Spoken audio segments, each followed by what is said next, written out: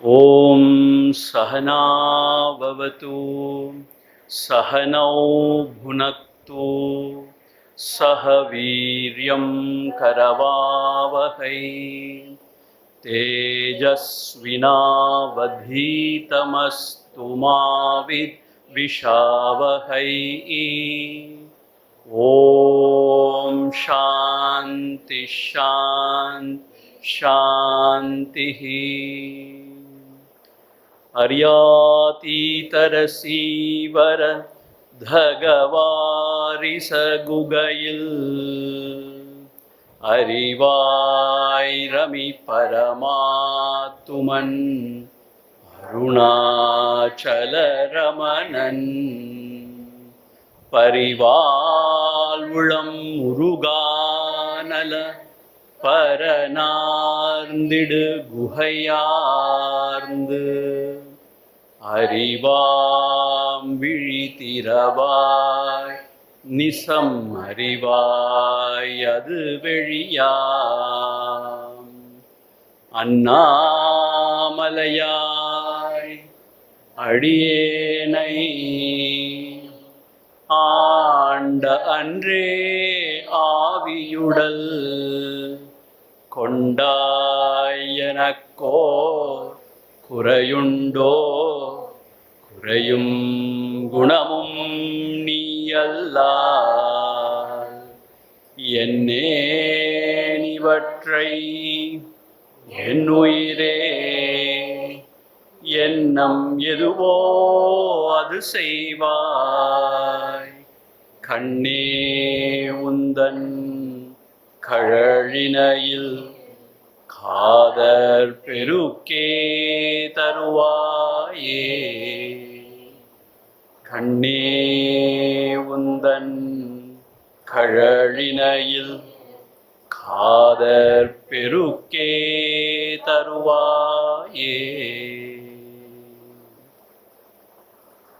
சதாசிவசமாரம்பாம் சங்கராச்சார்யமத்யமாம் अस्मदाचार्यपर्यन्तां वन्दे गुरुपरम्पराम्.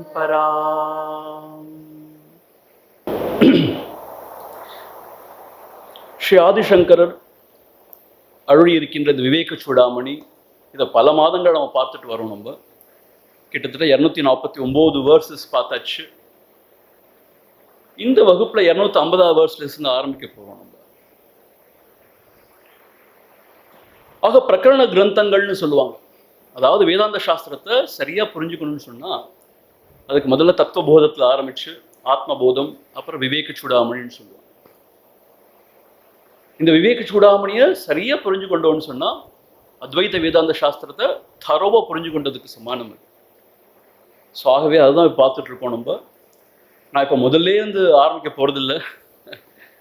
பட் லாஸ்ட் கிளாஸ் நம்ம பார்த்த தத்துவமசி அப்படிங்கிற அந்த உபதேசம், அதோடைய சாரத்தை மாத்திரம் கொஞ்சம் பார்த்துட்டு then we shall go into the 250th verse. So இந்த மங்கள ஸ்லோகத்தை நம்ம இப்போ படிப்போம்.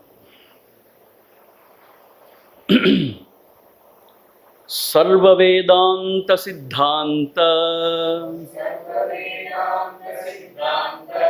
கோச்சரம் தமகோச்சரம்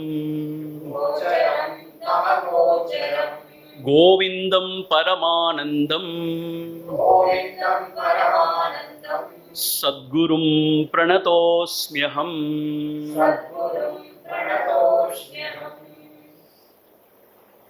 ஆக நம்முடைய வேதங்கள்ல அந்தமா கடைசி பகுதி அமைஞ்சிருக்கக்கூடிய உபனிஷத்துல தான் இந்த மகா வாக்கியங்களை கொடுத்துருக்காங்க. அதுல 4 மகா வாக்கியங்கள் மிக முக்கியமானவை. உங்களுக்கெல்லாம் தெரியும் நினைக்கிறேன். பிரஜானம் பிரம்மா, அயம் ஆத்மா பிரம்மா, தத்துவமசி, அகம் பிரம்மாஸ்மி அப்படி 4 மகா வாக்கியங்கள் கொடுத்துருக்காங்க. அதுல உபதேச வாக்கியமா அமைஞ்சிருக்கிறதா இந்த தத்துவமசி மகா வாக்கிய உபதேசம். தத்துவமசி, தத்துனா அது, தொம்னா நீ. ஆகவே அது நம்ம சொல்லக்கூடிய அந்த பிரம்மஸ்வரூபம் உனக்குள்ளே இருக்கிற அந்த ஆன்மஸ்வரூபம் தான். அதுவாகவே நீ இருக்கின்றாய் என்று குருநாதர் எடுத்து சொல்வதாகத்தான் இந்த தத்துவமசி மகா வாக்கிய உபதேசம் அமைஞ்சிருக்கு. அதான் நம்ம விரிவாக பார்த்தோம். நம்ம அதாவது 5-6 வகுப்புகளை ரொம்ப விரிவாக பார்த்தோம். நம்ம அதாவது தொம் பத நிர்ணயம். தொம்னு சொன்னா இந்த ஜீவன், நீன்னு சொல்றாரு இல்லையா குரு, அது யார்? இந்த ஜீவன். இந்த ஜீவன் அது அப்படின்னு சொன்னா அது எதை குறிக்குது கேட்டா அந்த ஈஸ்வர தத்துவம் அல்லது பிரம்மஸ்வரூபம்.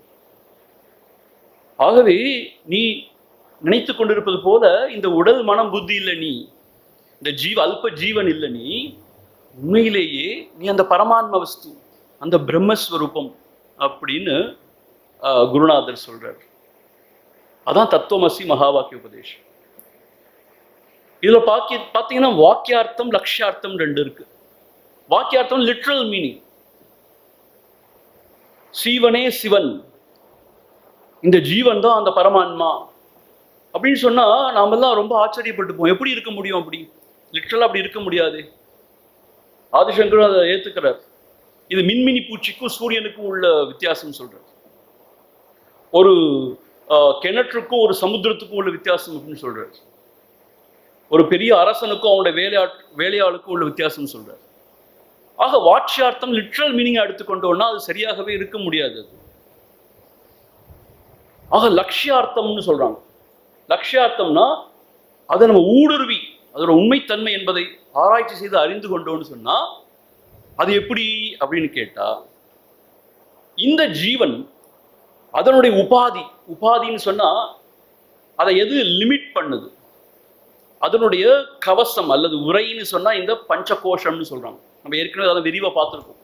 அன்னமய கோஷம், பிராணமய கோஷம், மனோமய கோஷம், விஞ்ஞானமய கோஷம், ஆனந்தமய கோஷம்லாம் பார்த்துருக்கோம். அதுதான் இந்த ஜீவனுடைய உபாதி. அதே மாதிரி ஈஸ்வரனுடைய உபாதி என்ன அப்படின்னு கேட்டா மாயா.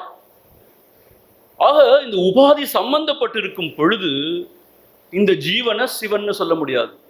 அந்த ஜீவனை பிரம்மஸ்வரூபம் சொல்லவே முடியாது. உபாதி சம்பந்தப்பட்டிருக்கும் போது இந்த உபாதியை நீக்கிய விடத்தில், நான் இந்த உடல் மன புத்தியை கடந்த இடத்துல, கடந்து போன சமயத்துல, அப்போ என்னோட உண்மையான ஸ்வரூபம் என்ன அப்படிங்கிறத உணரும் பொழுது நான் அந்த பிரம்மஸ்வரூபமே என்பதை நான் உணர்கிறேன். ஆக லட்சியார்த்தம் என்ன இருக்குன்னு கேட்டா அந்த பொருளை நன்றாக விசாரித்து பார்க்கும் கால். அப்போ இந்த உபாதிகளை கடந்து சென்ற பொழுது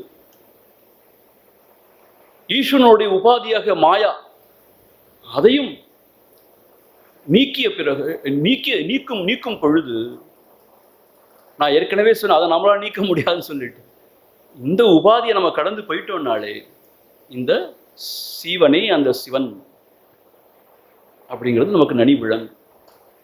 இதான் நம்ம பார்த்தோம். ஜகாதி லட்சணம் அஜாகாதி லட்சணம் பார்த்தோம். ஜகல் அஜகல் லட்சணம்னு சொன்னார். அதாவது ஜகாதி லட்சணம்னா ஒரு விடயத்தை விட்டு விட்டு பொருள் சொல்வது.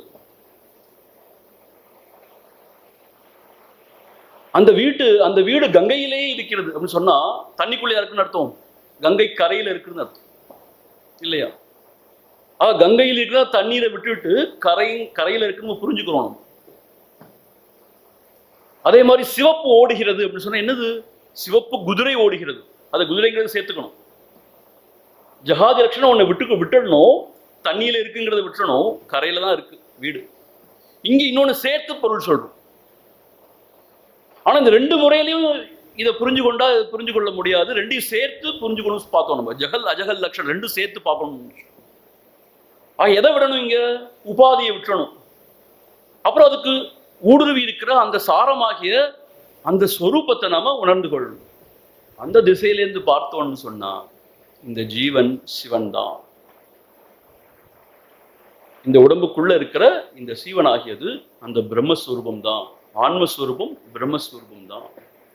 இதான் நம்ம ரொம்ப விரிவா பார்த்தோம். நம்ம ஆக ஒரு சாதகன் குருவிடமிருந்து இந்த உபதேசத்தை பெற்ற பிறகு அவன் நன்றாக இதை சிந்திக்க வேண்டும், இதனை தியானம் செய்ய வேண்டும்.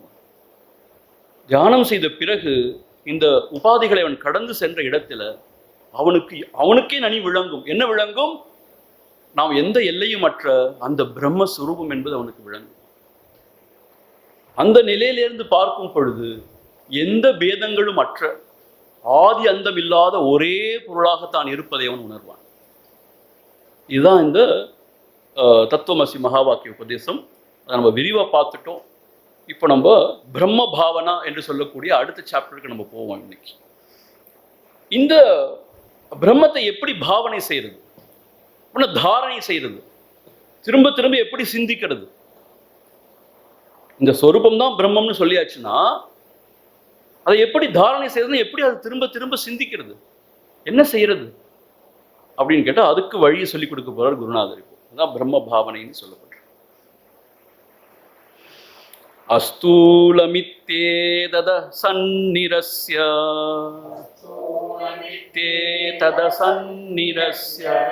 சித்தம் ஸ்வதோ வ்யோமவத பிரதர்க்யம்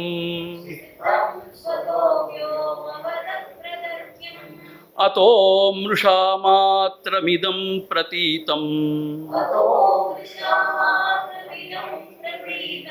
ஜஹீஹி யத் ஸ்வாத்மதயா கிருஹீதம்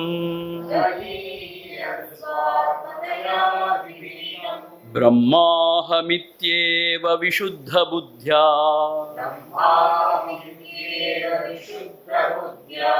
வித்தி ஸ்வமாத்மானமகண்டபோதம்.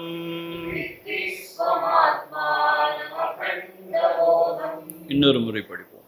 அஸ்தூலமித்யேததசன்னிரஸ்ய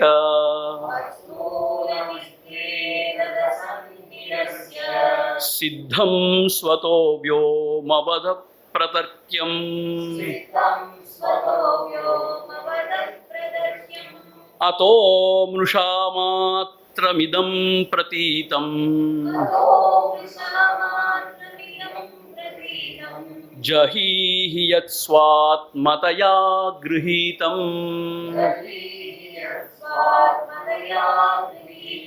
பிரம்மாஹமித்யேவ விசுத்த புத்யா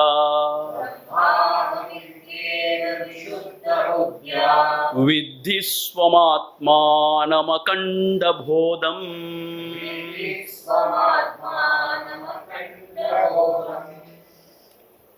அதாவது புதுசா இன்னைக்கு தான் இந்த விவேக சூடாமணியை கேட்க ஆரம்பிக்கிறவங்களுக்கு இதெல்லாம் ரொம்ப புதுமையாகவும் புரிந்து கொள்ள முடியாததாகவும் இருக்கலாம். அது ஆனால் ஓரளவுக்கு இந்த வேதாந்த சிரவணம் பண்றவங்களுக்கு இது கடினமாக இருக்காது. இப்போ நம்ம சில பேர் புதுசாக கேட்குறவங்க நடுவுலேருந்து காக்க ஆரம்பிச்சும் போது என்னடா நமக்கு எதுவுமே விளங்கலையே அப்படின்னு மலைக்க வேண்டாம்.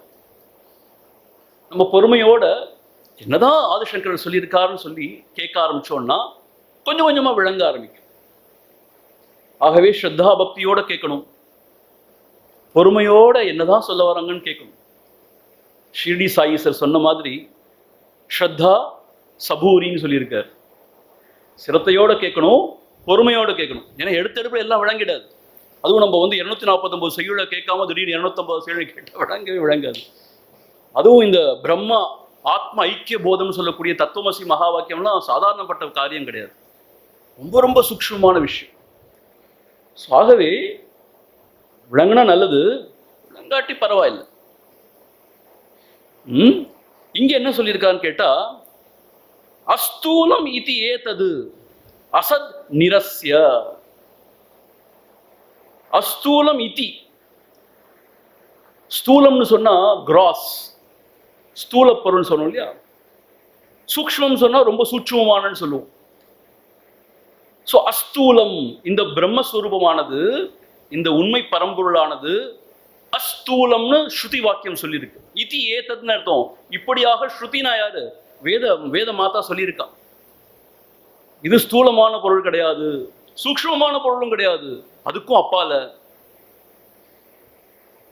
என்றெல்லாம் வேத மாதா சொல்லியிருக்கா இல்லையா. அஸ்தூலம் இப்படிப்பட்ட அந்த ஸ்ருதி வாக்கியத்தினால அசத் நிரஸ்ய, அசத்னு என்ன அர்த்தம்?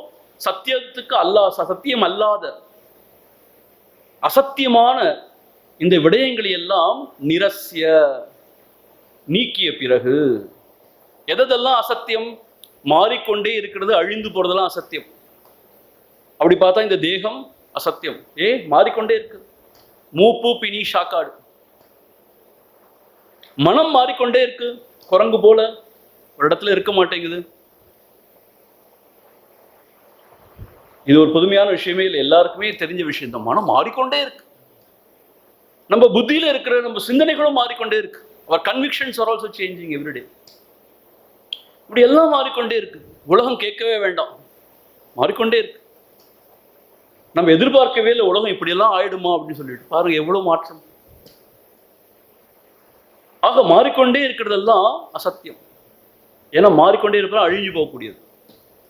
அப்படி அசத்தியமாக இருக்கக்கூடிய எல்லாவற்றையும் நீக்கிய பிறகு, சுவாமிஜி எல்லாவற்றையும் நீக்கிய என்ன அர்த்தம் அப்படின்னா, திருஷ்ய பதார்த்தம்னு சொல்லுவாங்க வேதாந்த சாஸ்திரத்துல.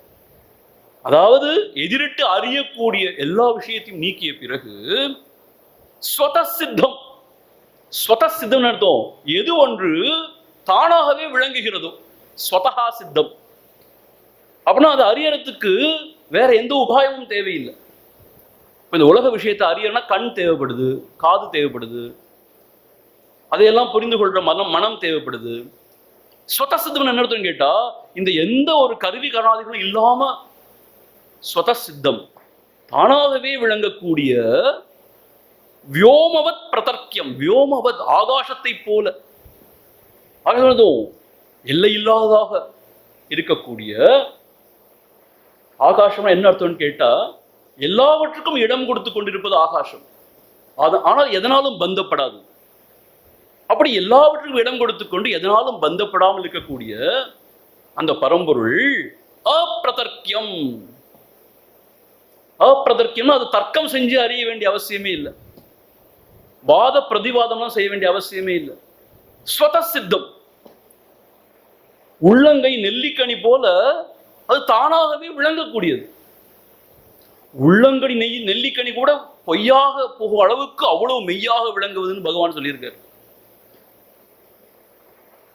ஸ்வதசித்தம் அர்த்தம் இந்த புலன்களை எல்லாம் ஒடுக்கி மனம் ஓய்ந்த அந்த நிலையிலே அதுவாக தானாக விளங்கக்கூடியது. தானே தானே தத்துவம் அதனை தானே காட்டுவாய் அருணாச்சலம். தானாக விளங்கக்கூடியது. அதை நிரூபணம் பண்றதுக்கு வாத பிரதிவாதம் பண்ண வேண்டிய அவசியமே இல்லை. அப்பிரதர்க்கியம். இதை நம்ம உணரணும்னா என்ன செய்யணும் பாருங்க, இது ரொம்ப முக்கியமான விஷயம். அதோ மிருஷா மாத்திரம் இதம் பிரதீதம் யஹா து ஆத்மதயா கிரஹீதம் ஜஹீஹி. மிருஷா மாத்திரம் அர்த்தம் பொய்யாக இருக்கக்கூடிய, மிருஷான்னா பொய்ன்னு அர்த்தம். இந்த காணல் நீர் போலன்னு சொல்லுவோம் இல்லையா, காணல் நீர் பார்க்கறதுக்கு மெய் போல இருக்கும், அங்க ஏதோ தண்ணீர் இருக்கிற மாதிரி இருக்கும் பாலைவனத்துல. பக்கத்துல போனோம்னா தண்ணீரே இருக்காது. இதான் மிருஷான்னு சொல்றாங்க.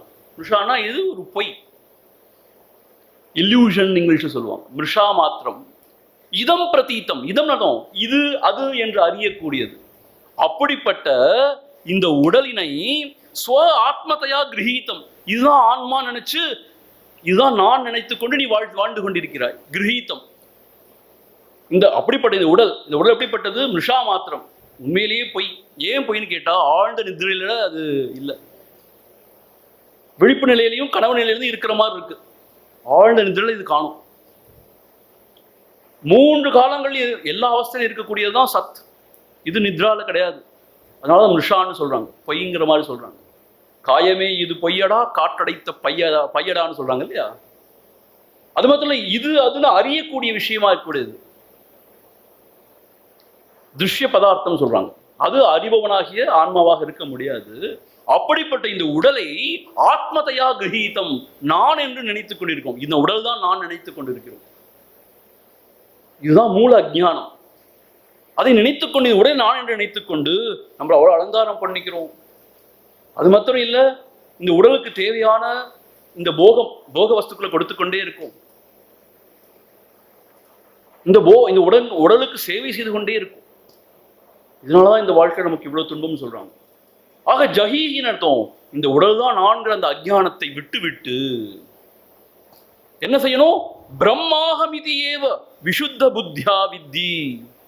பிரம்ம அகமிதி ஏவ, நான் இந்த உடல் கிடையாது, அந்த பிரம்மஸ்வரூபம் தான் நான். எந்த பிரம்மஸ்வரூபம்? எல்லையில்லாத பிரம்மஸ்வரூபம். இந்த பிரபஞ்சத்திற்கு ஆதாரமாக எது இருக்கிறதோ அதுதான் இந்த உடல் மன புத்திக்கு உள்ளே சூட்சுமமாக ஆத்மாவாக இருக்கிறது. என்னுடைய ஸ்வரூபம் என்ன? அந்த பிரம்ம தத்துவம். பிரம்ம அகமிதி, அகம்னா நான் அர்த்தம். பிரம்ம அகமிதி ஏவ விசுத்த புத்தியா வித்தி. விசுத்த புத்தியான அர்த்தம் தூய்மையான புத்தியினால், வித்தி அறிவாயாக, சிந்திப்பாயாக. எப்படி சிந்திக்கணும்? இந்த உடல் அல்ல நான், இந்த உடல் மன புத்தியோடைய ஒரு சேர்க்கை அல்ல நான், அதை கடந்த பிறகு எல்லாவற்றிற்கும் ஆதாரமாக இருக்கக்கூடிய அந்த பிரம்மஸ்வரூபமே நான் என்பதாக தூய்மையான புத்தியை கொண்டு சிந்திப்பாயாக. விசுத்த புத்தியா. விசுத்த புத்தியான்னு ஏன் சொல்றான்னு கேட்டா, நம்முடைய புத்தியில தமோ குணம் இருக்கிற வரைக்கும் எதுவுமே விளங்காது. தமஸ், தூக்க கலக்கில் நமக்கு எதுவுமே விளங்குறது இல்லையா, அதான் தமோ குணம். அதே சமயம் ரஜோகுணம் இருந்துச்சுன்னா, ரஜோகுணம் என்ன அர்த்தம்? எப்பொழுதுமே அல்லல், ஆர்ப்பரிப்பு, சலனம், சஞ்சலம், அப்பயுமே அது விளங்காது. விசுத்த புத்தியானா தமசையும் ரஜஸையும் நீக்கின இடத்துல சத்துவமே நிறைந்திருக்கக்கூடிய அந்த புத்தி. அந்த புத்தி எப்படி இருக்கும்? பிரசாந்தமா இருக்கும், ஆடாம அசையாம ஸ்டில்னஸ்ன்னு சொல்லுவாங்க. அது கீதையில ரொம்ப அழகா சொல்லப்பட்டிருக்கு. அதாவது காற்றடிக்காத அந்த இடத்துல இருக்கிற தீபத்தை போல சலனமே இல்லாம இருக்கிற அந்த புத்தி. அந்த புத்தினால நான் இந்த உடல் மன புத்தி கிடையாது, நான் அதை கடந்த அந்த பிரம்மஸ்வரூபம், இந்த பிரபஞ்சத்திற்கு எல்லாவற்றிற்கும் ஆதாரமாக இருக்கக்கூடிய அந்த பிரம்மஸ்வரூபம் என்று அறிவாயாக. ஸ்வம் ஆத்மம் அகண்ட போதம். அது எப்படி இருக்கு? ஸ்வரூபமா இருக்கு, ஆத்மாவா இருக்கு. அகண்ட போதம், எல்லையில்லாத போதம்னு அர்த்தம். பிரஜான கணம்னு சொல்லுவாங்க. அறிவே ஸ்வரூபமாக இருக்கக்கூடிய அந்த பிரம்மஸ்வரூபம் தான் நான் என்பதை உணர்வாயாக. ஆக தத்துவமசி அப்படின்னு குருநாதர் உபதேசத்தை நம்ம என்ன செய்யணும்? தத்துன்னு ஒரு பொருளை சொல்றார், அதான் பிரம்மம் அப்படின்னு சொல்றார். அதை எக்ஸ்ன்னு வச்சுப்போமே, நமக்கு தெரியாது. இப்போ இந்த பிரபஞ்சத்துக்கெல்லாம் ஆதாரமா இருக்குங்கிறார், அதான் பரமான்மா, அதான் பிரம்மம்னு சொல்ற, அதான் பரம்பொருள் உண்மைன்னு சொல்றார். அது நமக்கு தெரியாது. அது நீயாகவே இருக்கிறாய்ன்னு சொல்றார். நான் நமக்கு தெரியும் ஓரளவுக்கு, நான் இதுதான் நான் நினைச்சிட்டு இருக்கோம். ஆனா என்ன நினைச்சிட்டு இருக்கோம்? இந்த உடல் தான் நான் நினைச்சிட்டு இருக்கோம். அப்படி இல்லாட்டி மன புத்தியோட சேர்க்கை தான் நான் நினைச்சிட்டு இருக்கோம். அதான் நான் நல்லவன், இல்லை நான் ரொம்ப பொல்லாதவன் அப்படின்னு சொல்றோம். நம்ம நான் ரொம்ப புத்திசாலி ஆகும்னா சொல்றது காரணம் என்ன? மன புத்தி நினைச்சிட்டு இருக்கோம். இங்க என்ன சொல்றாருன்னா, இதெல்லாம் உபாதி தான், இதெல்லாம் உன்னை சட்டை போட்டிருக்க இல்லையா, அதை மாதிரி உன்னை கவர் பண்ணியிருக்கிற உபாதிகள் தான் இது. இதை நீக்கிய இடத்துல, ஜஹீஹினா இதை விட்டொழித்த இடத்துல, தியானத்துல இந்த உபாதிகள்லாம் நீக்கின இடத்துல, உடல் மனதையெல்லாம் கடந்த இடத்துல என்ன நீ தியானம் பண்ணணும்? இல்லை எப்படி நீ சிந்தனை பண்ணணும்? இந்த உடலை கடந்த அந்த எல்லாவற்றுக்கும் ஆதாரமாகிய அந்த பிரம்மஸ்வரூபமே நான். ஏன்னா அதுதான் குருநாதர் சொல்லியிருக்கார். என்ன சொல்லியிருக்கார்? தத்துவம் அசின்னு சொல்லியிருக்கார். நீ அந்த பொருள்னு சொல்லியிருக்கார், இந்த பொருள் இல்லை, இந்த உடல் மனம் கிடையாது, அந்த பொருள் பிரம்மம்னு சொல்லியிருக்கார். ஆகவே நான் அந்த பிரம்ம வஸ்துவாக்கும்னு சிந்தனை பண்ணணும். இப்போ நான் உடல் நினைச்சிட்டு வாழ்றோம், அதுக்கு ஒரு மாற்று மருந்தாக இதை கொடுக்குறாங்க. எப்படி? நான் இந்த உடல் மன புத்தி கிடையாது, நான் அந்த பிரம்மஸ்வரூபமாக்கும், அப்பழுக்கில்லாத அந்த பிரம்மஸ்வரூபமாக்கும், எல்லாவற்றுக்கும் ஆதாரமாகி அந்த பிரம்மஸ்வரூபமாக்கும், அழிவில்லாத அந்த பிரம்மஸ்வரூபம், எதனாலும் பந்தப்படாத அந்த பிரம்மஸ்வரூபம். இப்படி தியானிக்க சொல்றாங்க. இப்படி தியானிக்க தியானிக்க தியானிக்க what you think that you become. நம்ம பிரம்மஸ்வரூபமாவே ஆயிடுவோம். பாவ பலத்தினால் பாவனாதீத சத் பாவத்திருத்தலே உந்தி வரும். இது பாவ பலம்னு நினைத்தோம். இப்படி பாவனை பண்ண பண்ண பண்ண பண்ண அது ஒரு பலம் இருக்கு, ஸ்ட்ரென்த். அந்த பாவ பலத்தினால் பாவனாதீத சத் பாவத்திருத்தல், அந்த பாவனையை கடந்து போன அந்த பரமாத்ம ஸ்வரூபத்துல நிலைக்கக்கூடிய தன்மை வந்துடும். அதுதான் இங்க எடுத்து சொல்றாங்க. ஆக நீ என்ன நினைச்சிட்டு இருக்க? இப்போ மிருஷா மாத்திரம், பொய்யான அழிந்து போகக்கூடிய இந்த உடல். இந்த உடல் என்னது? சதை, கொழுப்பு, ரத்தம். அது தோலால மூடி இருக்கு. உள்ள என்ன இருக்கு? மல மூத்திரம் தான் இருக்கு. அப்படிப்பட்ட வெறுக்கத்தக்க இந்த உடலை நான் நினைச்சு நம்ம வாழ்ந்துட்டு இருக்கோம். அதுதான் மூல அஜ்ஞானம். தேகம் நாகம், அது நான் கிடையாது. என்ன செய்யறோம்? ஸ்வ ஆத்மதையா கிரகீதம், இது இது நானாக்கும்னு நம்ம பிடிச்சிட்டு இருக்கோமா? கிரகீதம் அர்த்தம் we are holding on to it. அதை ஜஹிஹி, அதை விட்டு விட்டு இப்ப குருநாதர் நமக்கு உபதேசிச்சிருக்கார், நீ அதுவாக இருக்கிறாய், நீ எல்லாவற்றையும் கடந்த பிரம்மஸ்வரம் சொல்றார் இல்லையா?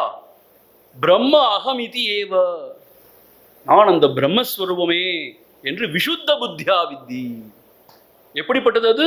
ஸ்வம் ஆத்மானம் அகண்ட போதம், இந்த ஆத்மாவா உள்ள மிளறக்கூடியது, அகண்ட போதம், எல்லையில்லாத அந்த அறிவாக இருக்கக்கூடியது, அதுதான் நான் என்று அந்த தூய்மையான புத்தியினால் சிந்திப்பாயாக, திரும்ப திரும்ப தியானம் செய்வாயாக.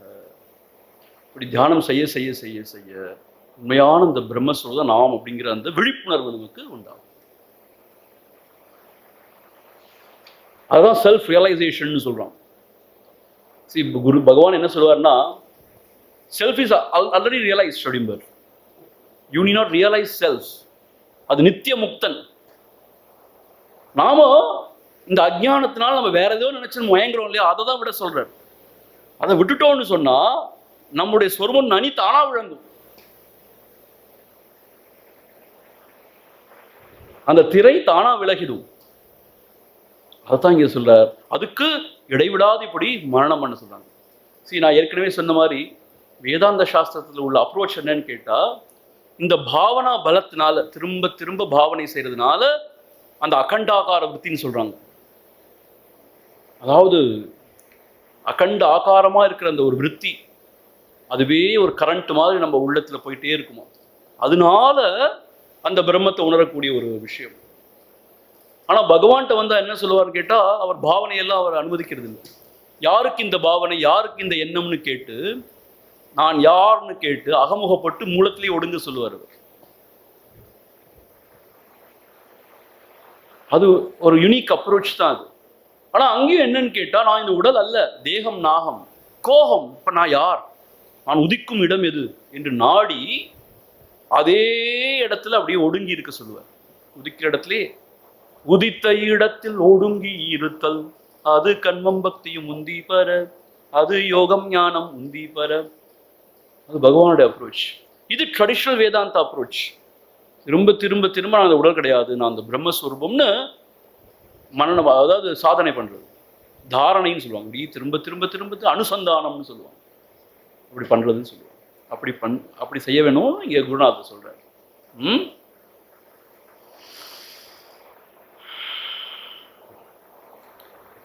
மிருத்காரியம் சகலம் घटादि சததம்,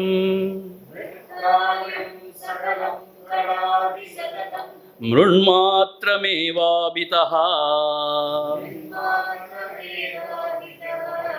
தத்வத் சஜ்ஜனிதம் சதாத்மகமிதம், ஜனிதம் சதாத்மகமிதம் சன்மாத்ரமேவாகிலம், யஸ்மான்னாஸ்தி சதः பரம் கிமபி தத்,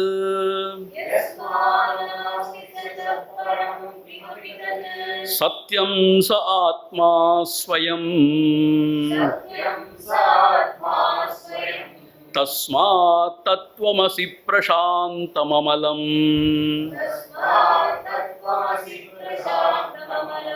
பிரம்மாத்வயம் யத் பரம்,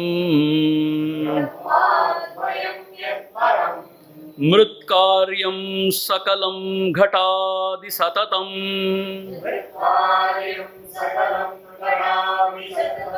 மிருண்மாத்ரமேவாபிதஹ தத்வத் சஜ்ஜனிதம் சதாத்மகமிதம்,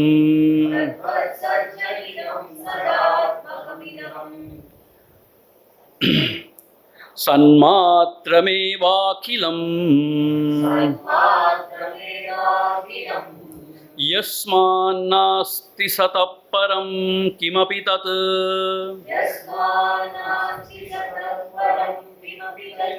சத்யம் ச ஆத்மா ஸ்வயம்,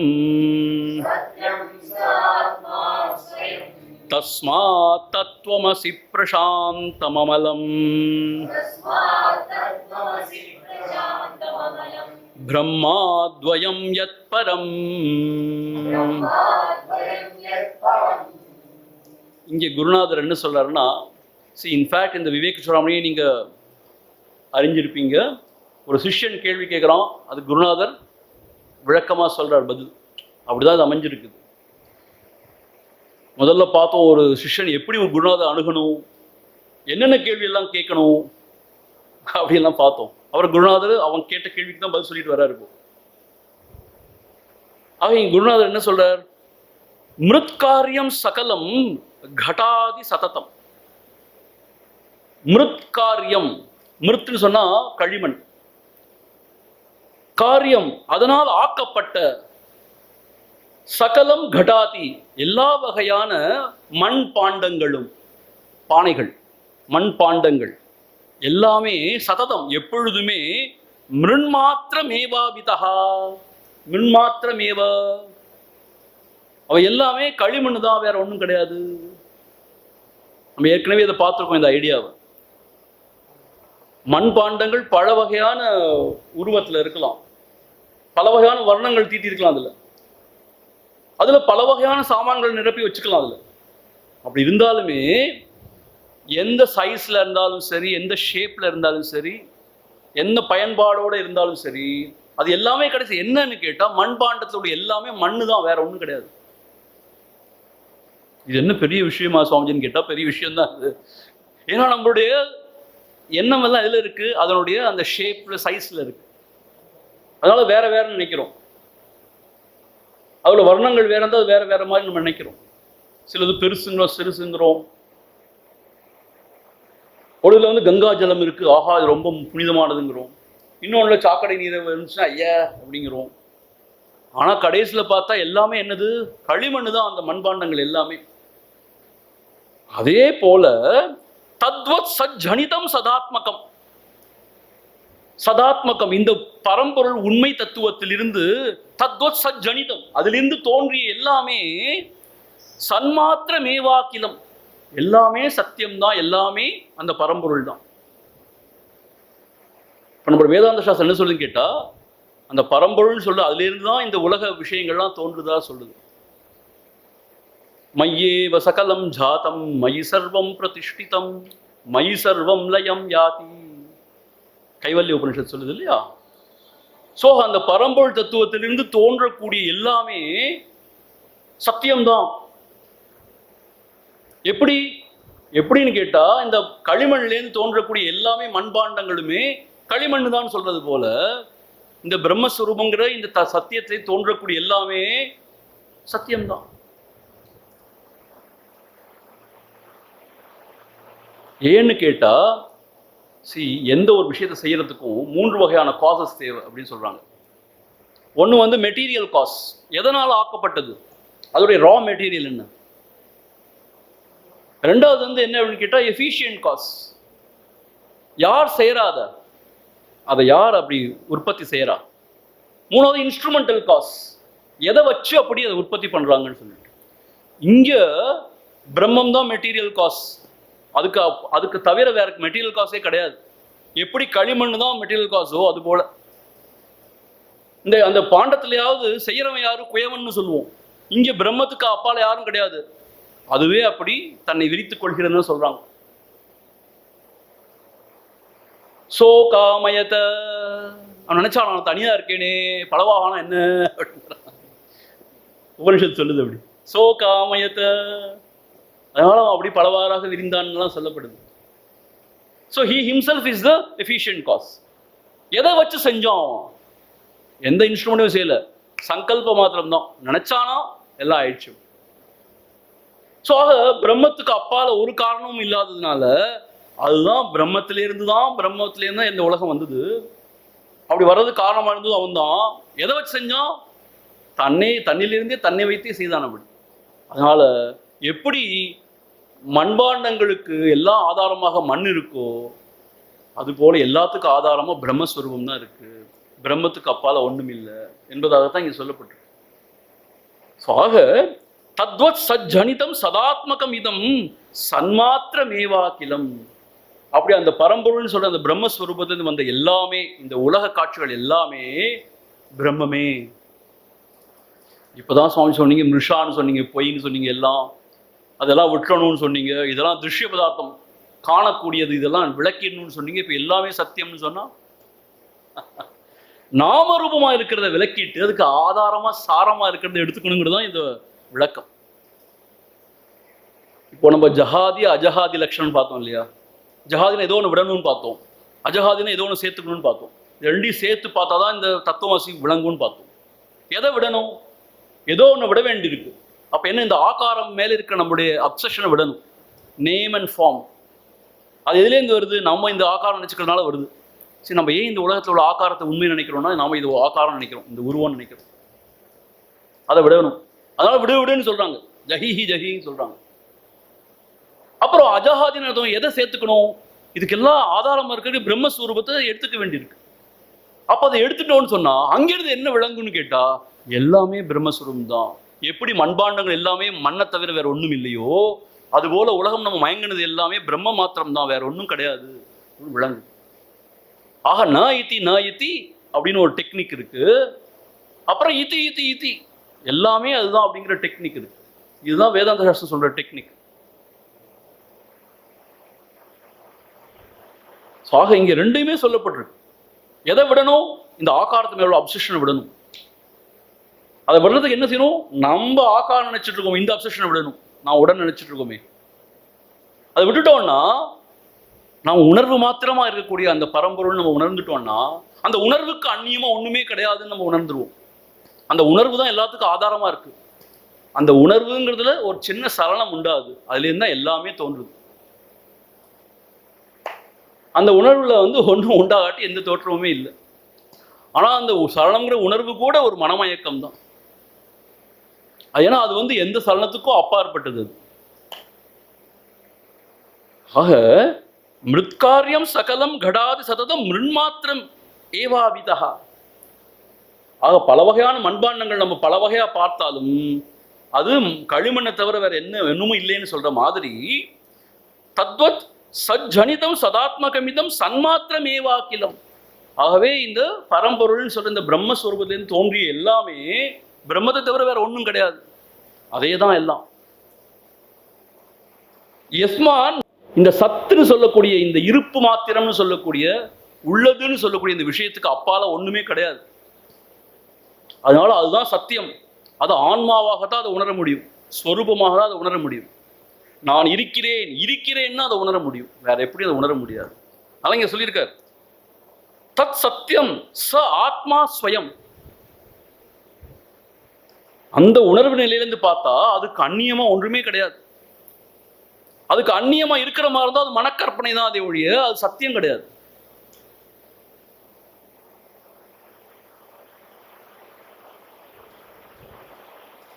ஆகவே அதை எப்படி சொல்றோம்? அதை இருக்கிறேன், உள்ளது அப்படிங்கிற உணர்வு மாத்திரமா அது இருக்கு.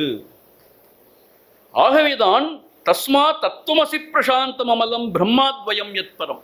ஆகவேதான் என்ன சொல்றோம்னு கேட்டா அந்த எல்லாவற்றுக்கும் ஆதாரமாகிய அந்த பிரம்மஸ்வரூபம் தத்துவமசி உன்னுடைய உணர்வாக ஸ்வரூபமாக இருக்கிறது என்று சொல்கிறோம்.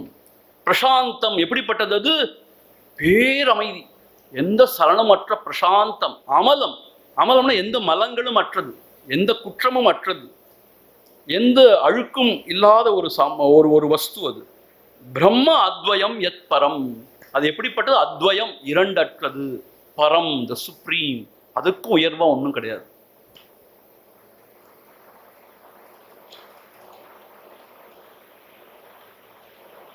அதாவது எல்லாவற்றுக்கும் ஆதாரமாக உணர்வு நிலையில் போகும்போது என்ன விளங்கும்னு கேட்டா அதுக்கு அந்நியமா ஒன்றுமே இல்லைன்னு விளங்கும். அதுக்கு அந்நியமா நம்ம நினைச்சதெல்லாம் மனக்கற்பனைன்னு விளங்கும். அது மாத்திரம்தான் இருக்குங்கிறது விளங்கும், அது ஆத்மாவா இருக்குங்கிறது விளங்கும். அந்த ஆத்மாவை தான் பிரம்மஸ்வரூபம் சொல்லிட்டு வராங்க. அதுதான் உன்னுடைய உணர்வு மாத்திரமா இருக்கு, அதை நீ விளங்கிக்கோ. அது எப்படிப்பட்டது? அமலம், எந்த அழுக்கும் அற்றது. அத்வயம், இரண்டற்றது. பிரசாந்தம், பேரமைதி. அது நடு கடல்ல உள்ள ஆழத்துல உள்ள அமைதின்னு சொல்லுவாங்க. அது ரொம்ப அமைதியா இருக்கும். அந்த ஓரங்கள்ல தான் அவ்வளோ ஆர்ப்பரிப்பெல்லாம், அலைகளா எழுந்து ஆர்ப்பரிக்கிறதுலாம். நடு கடல்ல போனீங்கன்னா, ஆழத்துல போனீங்கன்னா அப்படி ஒரு நிசப்தமா இருக்கும். நம்மளோட பர்சனாலிட்டியும் அப்படிதான். இந்த வெளியில அந்த பெரிஃபெரியில தான் இப்படிப்பட்ட சலனங்கள்லாம் இருக்கு. ஆனா நடுவுல ஆழத்துல போயிட்டோம்னா அங்க ஒண்ணுமே கிடையாது. நல்லூரான் திருவடியை நான் நினைத்த மாத்தீரத்தில் எல்லாம் மறப்பேனடி கிழியே இரவு பகல் காணேனடி. அந்த மூலத்துல ஒடுங்கிட்டோம்னு சொன்னா அங்க பரம சாந்தம், அதுக்கு மேல ஒன்றும் கிடையாது. அதான் சிவமை நாம சித்தரிக்கும் போது அப்படியே பரமசாந்த ஸ்வரூபமா அவர் சித்தரிக்கிறோம். சாந்த ஸ்வரூபமா சித்தரிக்கிறோம். ஆனால் அதே சமயத்தில் அவர் பொல்லாதவரும் கூட. எரிச்சிடுவார், எல்லாவற்றையும் எரித்திடுவார். எரிச்சிடுவார், பொய்மையை எரித்து விடுவார். அவருடைய மூன்றாவது கண்ணை திறந்தாருன்னா பொய்மை எல்லாம் சேர்ந்து சாம்பலாகும். அதுதான் அதோட அர்த்தம். எரிச்சிடுவார்னு அர்த்தம், பொய்மை எல்லாம் எரிஞ்சு சாம்பலா போயிடும். காலனை எட்டி உதைச்சிடுவார்னு அர்த்தம். மிருத்யுஞ்சயன், மரணமே கிடையாது. அப்புறம் மரணத்தையும் வென்றவர், மரணத்தையும் இல்லாம செஞ்சிடுவார். அப்படிதான் அர்த்தம் அது. அப்படிப்பட்ட அந்த பொருள் நம்முடைய ஸ்வரூபமா இருக்கு. இதை உணர்ந்து கொள்வாயாக, அதுதான் நீ என்பதை உணர்ந்து கொள்வாயாக என்பதாக இங்க ஆச்சாரியர் இங்க சொல்றார். நித்ரா கல்பித தேச கால விஷய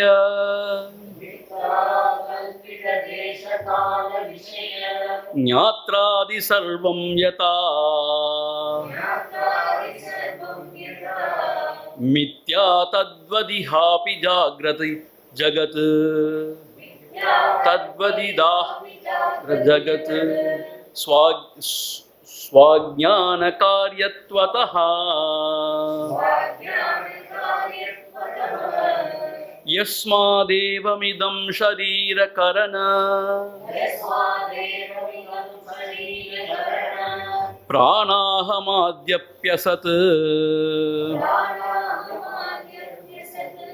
தஸ்மாத் தத்வமசி பிரசாந்தமமலம் பிரம்மாத்வயம் யத் பரம் நித்ரா கல்பித தேச கால விஷய ஞாத்ராதி சர்வம் யதா மித்யா தத்வதிஹாபி ஜாக்ரதி ஜகத் ஸ்வாஜ்ஞான காரியத்வதஹ யஸ்மாதேவமிதம் ஷரீரகரண பிராணாஹமாத்யப்யசத்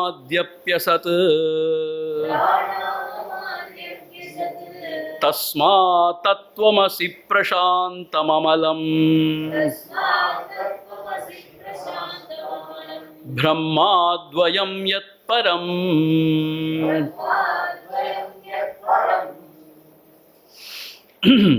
நித்ரா கல்பித தேச கால விஷய ஞாத்ராதி சர்வம் யதா மித்யா தத்வத் இஹாபி ஜாக்ரதி ஜகத் ஸ்வ அஜ்ஞான காரியத்வதஹ. இப்படிதான் படிக்கணும். அது என்ன சொல்றாருன்னா, நித்ரா கல்பித, நித்ரானா நம்ம ஆழ்ந்த உறக்கத்தில் இருக்கும் பொழுது, கல்பித்த அதிலே தோன்றக்கூடியதுன்னு கனவு. நித்ரா கல்பித்த, ஆழ்ந்த நிதிரையில் இருக்கும்போது என்ன ஆயிடுது, ரொம்ப ஆழ்ந்த நிதிரையில் இருந்தாலும் ஒண்ணுமே விளங்காது, அது வேற விஷயம். ஆனா அறகுறையா இருக்கும் பொழுது கனவுகள் வருது இல்லையா, அதை பத்தி இப்ப பேசுறாரு. நித்ரா கல்பித்த, நித்ரால தோன்றக்கூடிய கல்பித்தன்னு அர்த்தம், அதான் கனவை தான் இங்க பேசுறாரு. கற்பனைகளாக தோன்றக்கூடிய கல்பித்த தேச கால விஷய. தேசனா ஸ்பேஸ். நம்மளுடைய பெட்ரூம்ல நம்மளுடைய காட்டில் தான் நம்ம ரொம்ப ஆனந்தமா படுத்து தூங்கிட்டு இருக்கோம். ஆனா பார்த்தா எவ்வளோ பெரிய ஸ்பேஸ் அது நமக்கு காட்சி கொடுக்க முடியும் இல்லையா. நம்ம எங்கேயோ ஒரு காட்டில் அலைஞ்சு திரிஞ்சிட்டு இருக்கோம். தேச கால சாயங்கால பொழுதாயிடுது, இருட்டு, அரகர இருட்டு, அதுதான காலம். தேச கால விஷய, அங்க காட்டுல பார்த்தா பல வகையான மரங்கள்லாம் அடர்ந்து இருக்கு, அங்க பறவைகள்லாம் கீச்சு கீச்சு சத்தம் போட்டுட்டு இருக்கு, அதுல விலங்குகள்லாம் கூட இருக்கலாங்கிற ஒரு அச்சம் இருக்கு. சோ விஷய ஞாத்ராதி, ஞாத்திரதம் இது எல்லாம் அறிபவனாகிய ஒருத்தன் அங்க இருக்கான். அதான் நான் கனவு, நானும் இருக்கேன் தானே, கனவு காண்பவனாகிய நானும் இருக்கேன் அதுல. ஞாத்ராதி சர்வம் யதா மித்யா. ஆனா இதெல்லாம் என்ன உண்மையா? நான் மாத்திரம்தான் என்னுடைய பெட்ல படுத்து தூங்கிட்டு இருக்கேன். திடீர்னு காடு, அதுல அப்படியே இருட்டு, அரை இருட்டு, அதுல விலங்கினங்கள்லாம் இருக்கலாம் அப்படிங்கிற ஒரு எண்ணம், எனக்கு ஒரு அச்சம், நானும் இருக்கேன் அதுக்குள்ள. இதெல்லாம் உண்மையா? உண்மை. அதை அனுபவிக்கும் போது உண்மை. ஆனா விழிச்சழிஞ்ச பிறகு பார்த்தா, அடே இதெல்லாம் கற்பனை, இதெல்லாம் இல்லை, உண்மையிலேயே இருக்கிற மாதிரி ஒரு பிரமிப்பு, ஒரு தோற்றம் தான் இருந்துச்சு. தத்வது இகாபி, அதே போலதான், தத்வதுன்னா அதே போலதான், இகாபி இப்போ கூட ஜாகிரதி ஜகத் ஸ்வ அஜ்ஞான காரியத்வதா.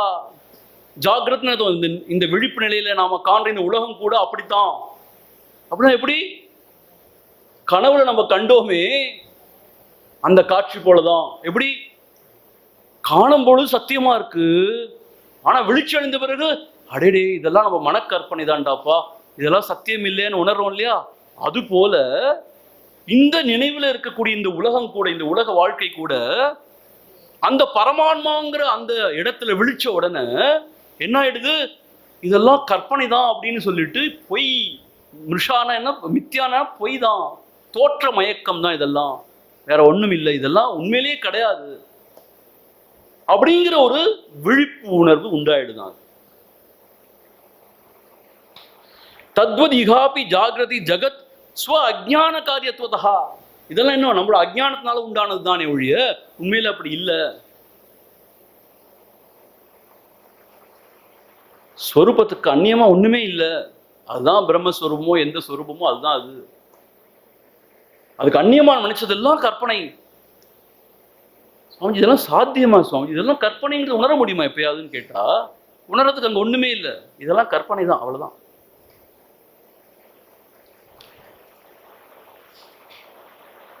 பாரதியார் தன்னுடைய சுயசரிதத்தை ஆரம்பிக்கும் போது, பொய்யாய் கனவாய் பழங்கதையாய் போனதுவேன்னு ஆரம்பிக்கிறார். உண்மைதானே? நம்மளுடைய கதையை கூட எடுத்துக்கோங்க. இப்ப நம்ம ஸ்கூல்ல போய் படிச்ச காலங்கள்,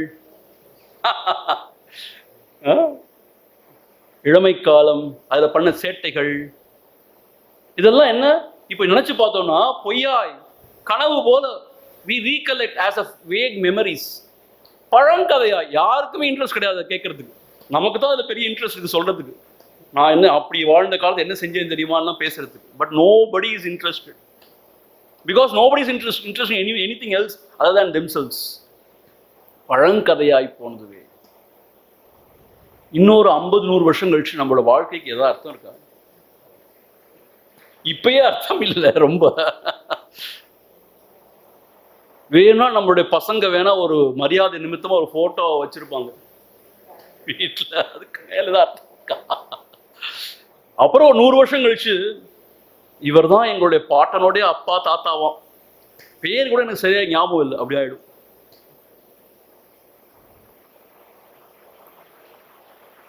இதெல்லாம் எங்க போயிட்டு இருக்கு? இதெல்லாம் இந்த கொரோனா வைரஸ் அப்பா பயங்கரமான விஷயம் ஓங்கிறோம்.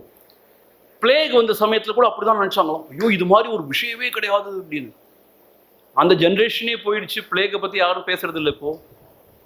அது ஒன்று நடந்த மாதிரியே கூட தெரியாது, அப்படி ஆயிடுச்சு. இதுவும் கடந்து போயிடும், எல்லாம் போயிடும். இன்னொரு 50 வருஷம் கழிச்சு பார்த்தா ஆமா அப்படி இருந்துச்சு போல இருக்கு. ஏன்னா 1.5 மாசம் தான் இருந்துச்சு, ஒன்றும் பெருசா ஒன்றும் இல்லை.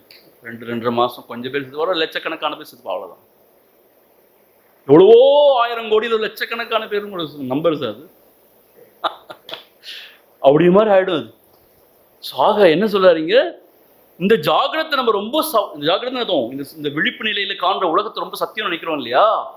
அந்த ஆன்ம விழிப்பு ஏற்பட்ட பிறகு இதெல்லாம் கூட கனவு போலதான் முடிஞ்சு விடும், பொய் இதுல அர்த்தமே இல்லைன்னு தெரிஞ்சிடுவோம். விஸ்வம் தர்ப்பண திருஷ்யமான நகரி துல்லியம் நிஜாந்தர்கதம் பஷ்யன்னாத்மனி மாயையா பகிரிவோ பூதம் யதா நித்ரயா. வெளியில எல்லாருக்கும் நினைச்சிட்டு இருக்கோம் நம்ம, ஆனா வெளியில இல்லை. எல்லாம் எங்க இருக்குன்னு கேட்டா உள்ளேயும் இல்லை. இருக்கிற பொருள்ல இருக்கு, இருக்கிற மாதிரி இருக்கு, இருக்கிறவள் மாத்திரம்தான் இருக்கு. அது ஒன்றாக இரண்டற்றதாக இருக்கு. அதுதான் நம்முடைய ஸ்வரூபமா இருக்கு. சன்மாத்திரமேவாகிலம். அகிலம்னு சொல்லி இது எல்லாமே சன்மாத்திரம். வேற எங்கேயோ போயிட்டேன், சாரி. தத்வதிதாபி ஜாகிரதி ஜகத் ஸ்வ அஜ்ஞான காரியத்வதா. ஸோ இது எல்லாமே அஜ்ஞான காரியம் தானே ஒழிய வேற ஒன்றும் இல்லை. யஸ்மாத் ஏவம் இதம் ஷரீர கரண பிராணா அகம் அகமாதி அபி அசத்து. முளைத்தெழும்புற அந்த அகங்காரம் இவை எல்லாமே பொய்ன்னு போயிடும். அப்படி எல்லாமே பொய்யா போன இடத்துல கூட பொய்யா போகாத ஒரு வஸ்து இருக்கு. எப்பயும் மெய்யாக ஒளிர்ந்து கொண்டிருக்கிற ஒரு வஸ்து இருக்கு. அது ஒரு வஸ்து அப்படி இருக்கு. தஸ்மா தத்துவமசி பிரசாந்தமலம் பிரம்மாத்வயம் யத்பரம். ஆகவே அழியாத அந்த வஸ்துவாக நீயே இருக்கிறாய். தஸ்மா தத்துவமசி, அந்த அழியாத வஸ்துவாக உன்னுடைய ஸ்வரூபமே இருக்கிறது. எப்படி இருக்கு? பிரசாந்தம். திருப்பி அதே தான் சொல்றார். எல்லையில்லாத அந்த ஒரு பேரமைதியாக, அமலம், எந்த அழுக்கும் அற்றதாக, பிரம்ம அத்வயம் யத் பரம், இரண்டற்றதாக இருக்கக்கூடிய அந்த பிரம்மமாகவே நீ இருக்கின்றாய். ஸோ இதுதான் மாண்டவி காரிகாலையும் சொல்றார். கௌதபாதர் காரிகால சொல்றார். என்ன சொல்றாருன்னு கேட்டா, அக்ரஹணம், ஆழ்ந்த நித்ரையில எதையுமே அறியாத ஒரு நிலை இருக்கு. அக்ரஹணம் எதையுமே அறியாத நிலை, அக்ரஹணம் சொல்றார்.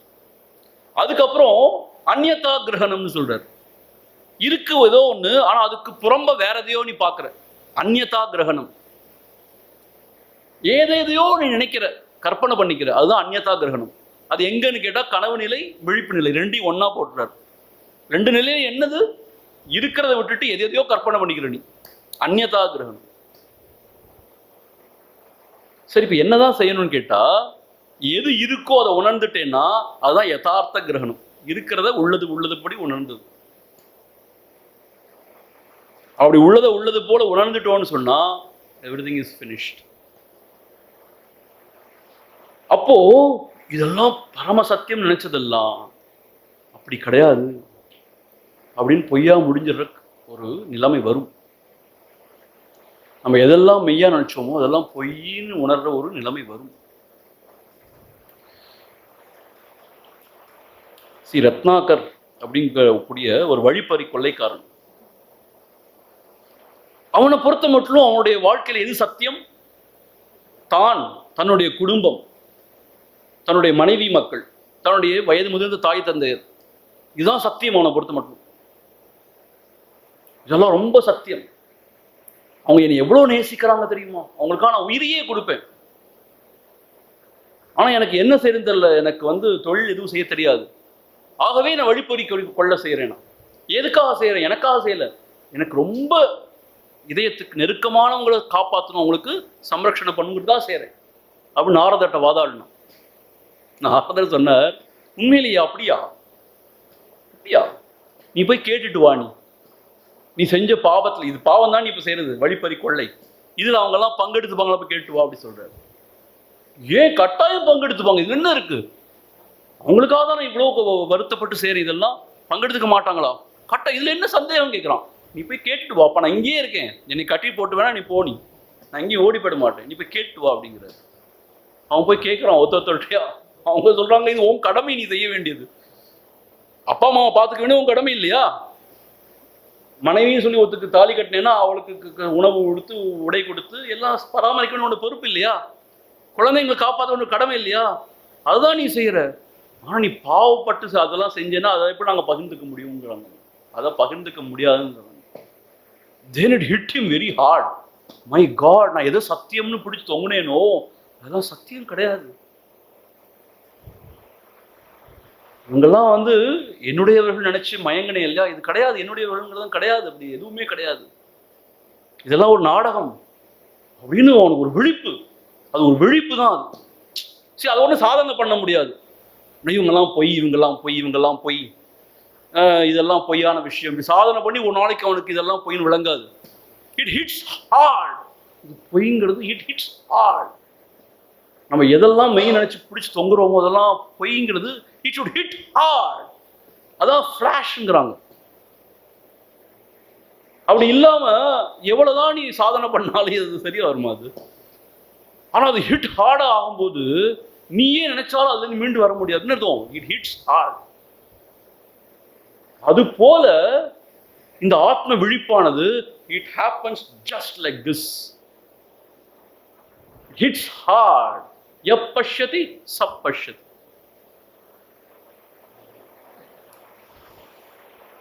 அப்பதான் இப்போ ஆஹா, இப்போ நம்ம எதை வந்து ரொம்ப சத்தியம் நினைச்சோமோ இதெல்லாம் சத்தியம் கிடையாது. உண்மையிலேயே பெரியவங்க சொல்றதெல்லாம் சத்தியம்தான், உண்மைதான், இதெல்லாம் பொய்யாகும் இதெல்லாம். அப்போ பொய் தெரிஞ்ச பிறகு என்ன செய்ய போறோம்? பொய் சொன்ன பிறகு எல்லாம் விட்டுட்டு எங்கேயாவது ஓடிடுவோமானா, எங்க ஓடினாலும் எல்லாம் பொய் தானே. யார் ஓடுறது? அவனும் பொய் தானே. அப்ப என்ன செய்யணும் கேட்டா, நாடகம் நடக்குதுன்னு அடிக்கணும் அதுல. ஆனா எதையும் கண்டு மயங்கிடக்கூடாது, எதுலையும் மாட்டிக்க கூடாது. நாமளா தான் எப்பயும் இருக்கணுமே ஒழிய எதுலையுமே பந்தப்பட்டுக்கூடாது. அதுதான் இங்க சொல்ல வராங்க. தத்வத் இகாபி ஜாகிரதி ஜகத் ஸ்வ அஜ்ஞான காரியத்துவதா. இதெல்லாம் அஜ்ஞான காரியம் ஒழிய இது உண்மை கிடையாது. யஸ்மாத் ஏவம் இதம் ஷரீரகரண பிராணாகமாதி அப்பியசத். ஆகவே தான் சொல்றோம், இந்த உடல்லேருந்து ஆரம்பிச்சு பிராணன், மனம், அகங்காரம், இது எல்லாமே பொய் கற்பனை தான். இதெல்லாம் விட்ட இடத்துல எது அழியாத மாறாத இருக்கோ உணர்வு மயமா, அதுதான் நீ, அதுதான் உன்னுடைய உண்மையான ஸ்வரூபம். அதுல மாற்றமே கிடையாது. அப்படிப்பட்ட பேரமைதி, எந்த அப்பழுக்கும் கிடையாது, அதுல அழுக்கு கிடையாது, அதுக்கு அந்நியமா ஒன்றும் கிடையாது. அப்படிப்பட்ட அந்த பிரம்மஸ்வரூபம் தான் நீ என்பதை உணர்வாயா. ஆகவே இந்த விஷயம் நமக்கு எப்படி விளங்கும்? ஒரு குருநாதர் வந்து சொன்னாதான் நமக்கு விளங்கும். அதாவது உண்மையை தானே தன்னுடைய இதயத்திலே உணர்ந்த குருநாதர் வந்து ஒரு அத்தாரிட்டியோட வந்து இதுதான் விஷயம்னு சொன்னாதான் நமக்கு அது ஆஹா அப்படி ஒரு விஷயம் இருக்கானே கூட விளங்கும். நம்மளால கற்பனை கூட பண்ணி பார்க்க முடியுமா? இதெல்லாம் கனவு போல பொய்ன்னு கற்பனையே பண்ணி பார்க்க முடியாது. ஏன்னா ஒவ்வொரு நாளும் தூங்கி முடிச்ச பிறகு இது அப்படி அப்படியே இருக்கு, மெய்யாதானே இருக்கு, எப்படி இது பொய்ன்னு சொல்றது? ஆனா குருநாதர் சொல்ற இல்ல, நீ நினைக்கிற மாதிரி இல்ல விஷயம், உனக்கு எப்படின்னு விளங்கலை இப்போ. ஆனா நான் உனக்கு சொல்றேன், இது பொய் தான், இது கற்பனை தான், இது வேற ஒன்றும் கிடையாது. ஆனா உணர்வு மாத்திரமா இருக்கு, ஸ்வரூபம் அது உன்னுடைய ஸ்வரூபம், அதுதான் மெய். அதுல நீ அமிழ்ந்து அதுவாகவே இருந்தேன்னு சொன்னா இந்த பிரபஞ்சத்துடைய ஆதாரமாக இருக்கக்கூடிய அந்த ஒரு நிலையில நீ இருப்ப. நீ அங்க எந்த பந்தமும் கிடையாது, எந்த இன்னலும் கிடையாது, எதுவுமே கிடையாது. அங்க போக்குவரத்து கிடையாது, புணர்வு கிடையாது. அதுதான் மோட்ச சாம்ராஜ்யம். அதை உன்னால் இப்பொழுதே அனுபவிக்க முடியும். Now and here. ஏன் நவ் அண்ட் ஹியர் அப்படின்னு சொல்றாங்கன்னு கேட்டா, அந்த திரை விலகிடுச்சுன்னா போதும், அவ்வளவுதான். திரை விலகிறதுக்கு எவ்வளவு நேரம் ஆகும்? இப்போ நம்ம ரொம்ப ஆர்வமாக பார்த்துட்டு இருப்போம், எப்படா அந்த சன்னிதானத்துல வந்து தீபாராதனை காமிக்க போறாங்கன்னு. ஸோ சரட் அந்த திரையை விளக்குனோன்னு அத மாதிரி இந்த திரை விலகிறதுக்கு ஒரு பெரிய நேரமே ஆகாது. அதான் ஜனக மகாராஜா அஷ்டவக்ரர்கிட்ட கேட்டாராம், அது எப்படி சொல்றீங்க இமைப்பொழுதுல இந்த பிரம்ம ஞானம் உண்டாயிடும் சொல்லிட்டு, எப்படி உண்டாக முடியும் அப்படின்னு ஆர்கியூ பண்ணானோ. அவர் சொன்னாராம், அப்படிதான்ப்பா அப்படி சொன்னாராம். அது எப்படின்னு சொன்னாராம், கேட்டாராம். நீ முதல்ல வந்து நான் கொடுக்குற உபதேசங்கள்லாம் கேளு, அப்புறம் பார்ப்போம் அப்படிலாம் சொல்லிட்டு ஒரு நாளைக்கு உபதேசம் பண்ணிட்டு இருக்கும்போது திடீர்னு சொன்னாராம், அடே என்னுடைய ஞான திருஷ்டியில தெரிஞ்சது, இன்னைக்கு உன்னோட இந்த சாம்ராஜ்யமே தீ பிடிச்சி எழுந்த சாம்பலாக போகுது அப்படின்னு சொன்னார். ஸோ எல்லாரும் ஓடுங்க, மற்ற சிஷ்யர்லாம் சொன்னா ஓடுங்க ஓடுங்க, உங்களோட உடைமைகள்லாம் எடுத்துட்டு உங்களுடைய வேண்டப்பட்டவங்கலாம் கூட்டிட்டு இங்கேருந்து ஓடிடுங்க அப்படின்னாராம். உடனே எல்லாரும் கலவரப்பட்டு, குருநாதர் சொன்ன சத்தியமா தானே இருக்கும், ஒரு 2 கோவணம் தான் இருந்துச்சு அந்த மற்ற சிஷ்யர்களுக்கு, அதெல்லாம் பிடிச்சி எடுத்துக்கிட்டு தங்களுக்கு வேண்டிய ஃப்ரெண்ட்ஸ் எல்லாம் கூட்டு ஓடினாங்க அங்கங்கே செதறி. ஆனால் இவர் மொத்தம் பிரசாந்தமாக அமைதியாக உட்காந்துதாராம் அஷ்டோக்கரோட காலடியில். ஏன்பா நீ ஓடலையான்னு கேட்டாராம். எனக்கு வேற செல்வம்னு எதுவும் கிடையாது, உங்களோட திருவடி தான் எனக்கு ஒரே செல்வம், எனக்கு வேற செல்வம்னு எதுவும் கிடையாது, அழிஞ்சு போனா போயிட்டு போகுது அப்படின்னு சொல்றாரு. யாரு? எல்லாத்துக்கும் அதிபதியாகி சக்கரவர்த்தியாகிய ஜனகர் சொல்றாரு அப்படி. ஆனா அவருக்கு தான் அவ்வளோ சாம்ராஜ்யமே அவருடையது, மனைவி மக்கள் எவ்வளவு பேர் இருக்காங்க. ஆனா அவர் அப்புறம் சாந்தமா இருக்காரு, போனா போயிட்டு போகுது. பாருங்க என்ன வைராக்கியம்னு பாருங்க. அந்த வைராக்கியம் இருக்கிற சித்தத்துல தான் இது உண்டாகும் இந்த பிரம்மஜானம். அப்புறம் அவர் சொல்லி சிரிச்சு சொல்றாரு, நான் சும்மா சொன்னேன் பாய், இவங்கெல்லாம் டெஸ்ட் பண்றதுக்கு, சோதனை பண்றதுக்கு, பார் எப்படி சதுரி ஓடுறானுங்க பார், போய் அவங்களை கூட்டிட்டு வா அப்படிங்கிறாரு. அவங்க குதிரையில போய் ஏறி போய் கூட்டிட்டு வா அவங்களாம் அப்படி சொல்றாரு. இவர் என்ன செய்யறாரோ, தன்னோட குதிரையில ஒரு காலை வச்சு இன்னொரு காலை எடுத்து போட்டு ஏறதுக்குள்ள இட் ஃபிளாஷ், பிரம்மஜானம் உண்டாயிடுச்சு அவருக்கு. யாருக்கு? ஜனகருக்கு. அதான் சொல்றாங்க, அப்பதான் உணர்ந்தாராம். அந்த குதிரையில ஏறி இன்னும் முடிக்கல அவர், ஒரு காலை வச்சு இன்னொரு காலை தூக்கி இருக்கார். அந்த க்ஷணத்துல he got that enlightenment. ஒரு கண் இமைக்கும் நேரம் கூட இல்லை. என்ன அர்த்தம்னு கேட்டா, இந்த சாம்ராஜ்யமாகி இந்த உலக விவகாரம் எல்லாமே எரிஞ்சு சாம்ராஜ்யம் போனா எனக்கு ஒன்றும் கிடையாது, எனக்கு குருநாதருடைய திருவடி நீழல் தான் வேணும்.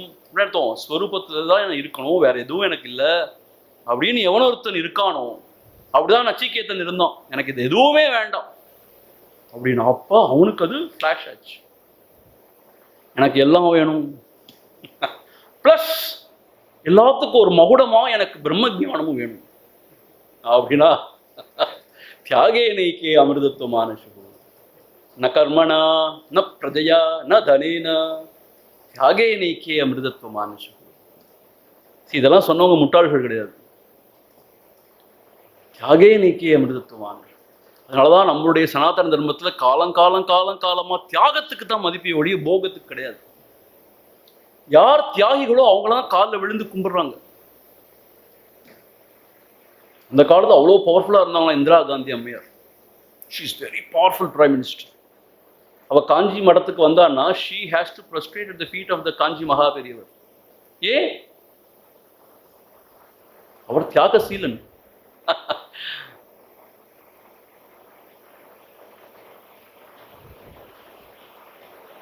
ஆகவே தியாகம், இந்த பொய்மையை தியாகம் பண்ணிட்டா போதும், அப்புறம் மெய்யை உணர்றதும் கூட கிடையாது, நாமளே மெய்ங்கிறது நமக்கு உணர்வா வெளிப்படும். பொய்மையை தியாகம் பண்றதுதான் வாழ்க்கை. Seeing unreal as unreal is meditation அப்படின்னு நிசர்கத்தை சொல்றார் இல்லையா, அது போல.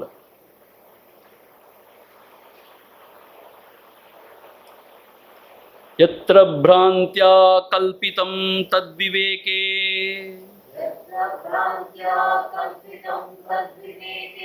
तत्तन्मात्रं नैव तस्माद् विभिन्नम्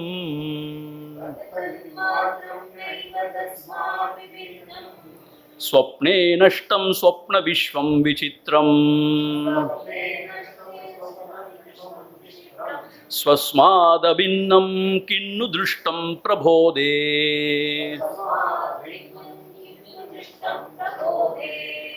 यत्र भ्रान्त्या कल्पितं तद्विवेके तत्तन्मात्रं नैव तस्मात् विभिन्नम् स्वप्ने नष्टं स्वप्नविश्वं विचित्रम् स्वस्मादभिन्नं किन्नु दृष्टं प्रबोधे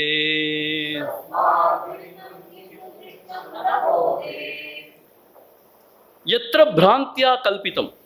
यत्र எங்கு பிராந்தியா கல்பித்தம், ஒரு மன பிராந்தின்னு சொல்றோம் இல்லையா, அதிலே கல்பித்தம், அதிலே கற்பனை செய்யப்பட்ட ஒரு விஷயம், தத் விவேகே சரியான ஒரு புத்தி தெளிவு ஏற்பட்டவுடன் தத்தன் மாத்திரம் நைவ தஸ்மாத் விபின்னம், தத்தன் மாத்திரம் எழுதும், அதோட உண்மையான தன்மை விளங்கி அந்த பொருளாகவே காட்சியளிக்கிறதோ. ந ஏவ தஸ்மாத் விபின்னம், அந்த பொருளுக்கு வேற மாதிரி அது காட்சி அளிக்கலையோ. அது போல ஒரு உதாரணம் சொன்னா விளங்கும். ஒரு போஸ்ட் கம்பம் தான் இருக்கு, ஆனா பிராந்தியா கல்பிதம், ஏதோ ஒரு மன பிராந்தியில வரோம் நம்ம. அரை இருட்டுல ஏற்கனவே பயம் இருக்கு நமக்கு, இங்க பேய் பிசாசு இருக்குமோன்னு சொல்லிட்டு. அப்புறமா என்ன ஆகுது, ஏதோ ஒரு பேய் மாதிரி காட்சி அளிக்குது. இந்த சாதாரண போஸ்ட் கம்பம் ஒரு பேய் மாதிரி காட்சி அளிக்குது. தத் விவேகே, ஆனா சரியான ஒரு புத்தி, சரியான ஒரு உணர்வு உண்டான உடனே நம்மளுடைய நண்பன் சொல்றான், அடே இது ஒன்றும் பெரிய பேய் பிசாசனால பாடுற சாதாரண போஸ்ட் கம்பம் தான்டான்னு சொல்றான். அந்த விவேகம் உண்டான உடனே தத்தன் மாத்திரம், அது என்ன ஆயிடுது, தத்தன் மாத்திரம், அது போஸ்ட் கம்பமாகவே வெளிப்படுகிறது, தெரிகிறது. ந ஏவ தஸ்மாத் விபின்னம், அந்த போஸ்ட் கம்பத்துக்கு வேறாக தெரியறது இல்லை. பேய் பிசாச தெரிஞ்சது இல்லையா, அப்படி தெரியறது இல்லை. அப்போ போஸ்ட் கம்பமாக தான் தெரியுது. அந்த போஸ்ட் கம்பங்கள் தான் சத்தியம், அதுதான் யதார்த்தம், உண்மை அதுதான். ஸோ அந்த விவேகம் வந்த உடனே அதோட யதார்த்த ஸ்வரூபம் நமக்கு விளங்கிடுது. அதுக்கு அந்நியமா வேற எதுவும் விளங்காது. அது போல ஸ்வப்னே நஷ்டம், ஸ்வப்ன விஸ்வம் விசித்திரம், ஸ்வஸ்மாத் அபின்னம் கின்னு துஷ்டம் பிரபோதே. பிரபோதே, அந்த ஆன்மீக விழிப்பு நிலை உண்டான பிறகு என்னாகும், சொப்னே நஷ்டம், சொப்னம் போல இருக்கிற இந்த காட்சியெல்லாம் நஷ்டமான பிறகு சொப்ன விஸ்வம் விசித்திரம், விசித்திரமா தோன்றக்கூடிய இந்த சொப்ன விஸ்வம், இந்த கனவுலகம் போல இருக்கக்கூடிய இந்த உலகம் எல்லாம் ஸ்வஸ்மாத் அபின்னம் கின்னு திருஷ்டம் பிரபோதே, அது அந்த பிரம்மஸ்வரூபமா தான் காட்சி அளிக்குமே ஒழிய, அதுக்கு ஆதாரமாகிய சத்தியமாகிய பிரம்மமா தான் காட்சி அளிக்குமே ஒழிய வேற எப்படி காட்சி அளிக்க முடியும் அப்படின்னு கேட்கிறார். அபின்னம் கின்னு திருஷ்டம், அதற்கு வேறாக, அபின்னம்னா அதுக்கு வேறாக, கின்னு திருஷ்டம் வேறு எப்படி அது காட்சி அளிக்க முடியும்? மரத்தை மறைத்தது மாமத யானை, மரத்தில் மறைந்தது பாவத்தை. பரத்தை மறைத்தது பார் முதல் பூதம், பரத்தில் மறைந்தது பார் முதல். அதுபோல யானைன்னு மயங்குற வரைக்கும் யானை தான் அது. அடடை இது வெறும் மரத்தால் ஆனது, மரம் தான் எதுன்னு சொன்னா மரம் தான் அது. அதுபோல பஞ்சமகாபூதங்கள்ல மயங்கணும்னு சொன்னது பஞ்சமகாபூதம் தான் அது. ஆனா இதெல்லாம் பிரம்மம்னு உணர்ந்தவனுக்கு அது பிரம்மம் தான். பஞ்சமகாபூதம் அவனுக்கு விளங்கு, அவன் கண்ணுக்கு புலப்படல, பிரம்மம் தான் புலப்படுது. அது எப்படின்னு கேட்டா அது அப்படித்தான், வேற ஒன்றும் சொல்ல முடியாது, அது அப்படித்தான். திருப்பி திருப்பி எப்படி எப்படின்னு கேட்டா அது அப்படி அப்படின்னு தான் சொல்லணும், வேற எப்படி சொல்றது? இதை எடுத்து சொல்லவே முடியாது. கேனோபனிஷத் சொல்றாரு அந்த குருநாதர், கேனோபனிஷத்துல இதை எப்படி எடுத்து சொல்றது எங்களுக்கு தெரியாது அப்படிங்கிறார். எங்களுடைய குருநாதர் என்ன சொன்னாங்களோ அதான் அவங்க நான் எடுத்து சொல்றேனே ஒழிய இதை எப்படி எடுத்து விளக்க எனக்கும் தெரியாதுங்கிறாரு. ரொம்ப ஆச்சரியமான விஷயம் இது சொல்றாரு, இதை அறிய முடியாத விஷயங்கிறார். சொல்லிட்டு இதை எடுத்து சொல்லவும் எனக்கு தெரியாது அப்படிங்கிறார். குருநாதர் எவ்வளவு ஹானஸ்டா சொல்றாரு பாருங்க. இதை எப்படி எடுத்து விளக்குறது எனக்கு தெரியாது. என்னுடைய குருநாதர் என்ன சொன்னாரோ அதை உன்னோட ஷேர் பண்ணிக்கிறேன், அவ்வளவுதான். என்னது இவருக்கு ஒன்றும் தெரியாது அப்படி அர்த்தம் கிடையாது. இது எப்படி விளக்குறது? இது அவன் வேற ஃப்ரேம் ஆஃப் ரெஃபரன்ஸ்ல இருக்கான், இவன் வேற ஃப்ரேம் ஆஃப் ரெஃபரன்ஸ்ல இருக்கான். ஃப்ரேம் ஆஃப் ரெஃபரன்ஸே வேற வேற இருக்கும்போது அவனுக்கு விளங்கவே விளங்காது இவன் என்ன சொல்ல வரானே. இவனுக்கு ரொம்ப ஆச்சரியமா இருக்கு, ஏன் இவனுக்கு விளங்க மாட்டேங்குது?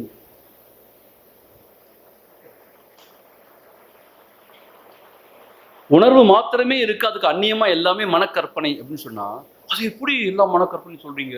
அது எப்படி கற்பனைன்னு சொல்றீங்க? அப்படிதான், வேற எப்படி சொல்றது? ஆனா கற்பனை தான் அது. எப்படி எப்படி எப்படின்னு கேட்டது அப்படி அப்படி அப்படின்னு தான் சொல்ல வேண்டியிருக்கு. சொப்னே நஷ்டம், ஆனா உண்மையிலேயே அந்த திரை விலகின பிறகு சொப்னே நஷ்டம், சொப்னம் களைஞ்சு போன பிறகு சொப்ன விஸ்வம் விசித்திரம், சொப்ன லோகத்துல காணப்பட்ட விஸ்வம் விசித்திரம், பல வகைப்பட்ட இந்த உலக காட்சிகள் எல்லாம் ஸ்வஸ்மாத் அபின்னம் கின்னு திருஷ்டம் பிரபோதே, அதெல்லாம் இந்த மனதிற்கு அந்நியமாக வேற ஏதாவது, அது மனம்தான் அப்படியெல்லாம் காட்சி கொடுத்தது இல்லையா? இல்லாம நீ தான் அப்படியெல்லாம் கண்ட, நீயே தான் அப்படியெல்லாம் விரிஞ்சு பலவாக தோன்றின இல்லையா? நீ மாத்திரம்தான் இருந்தாங்க, நீயே தான் விரிஞ்சு பலவாக தோன்றின. அப்படி எப்படின்னே தெரியாது, அப்படித்தான் தோன்றின நீ. ஆனால் விழிப்பு நிலை உண்டான பிறகுதான் அவனுக்கு விளங்குது, நான் மாத்திரம்தான் இருக்கேன், எனக்கு அந்நியமா ஒரு பொருள் இல்லை, இதெல்லாம் மனக்கற்பனை அப்படின்னு. மனக்கற்பனை ஏன் தோன்றுச்சு? இந்த கேள்விக்கு யாருக்குமே பதில் கிடையாது.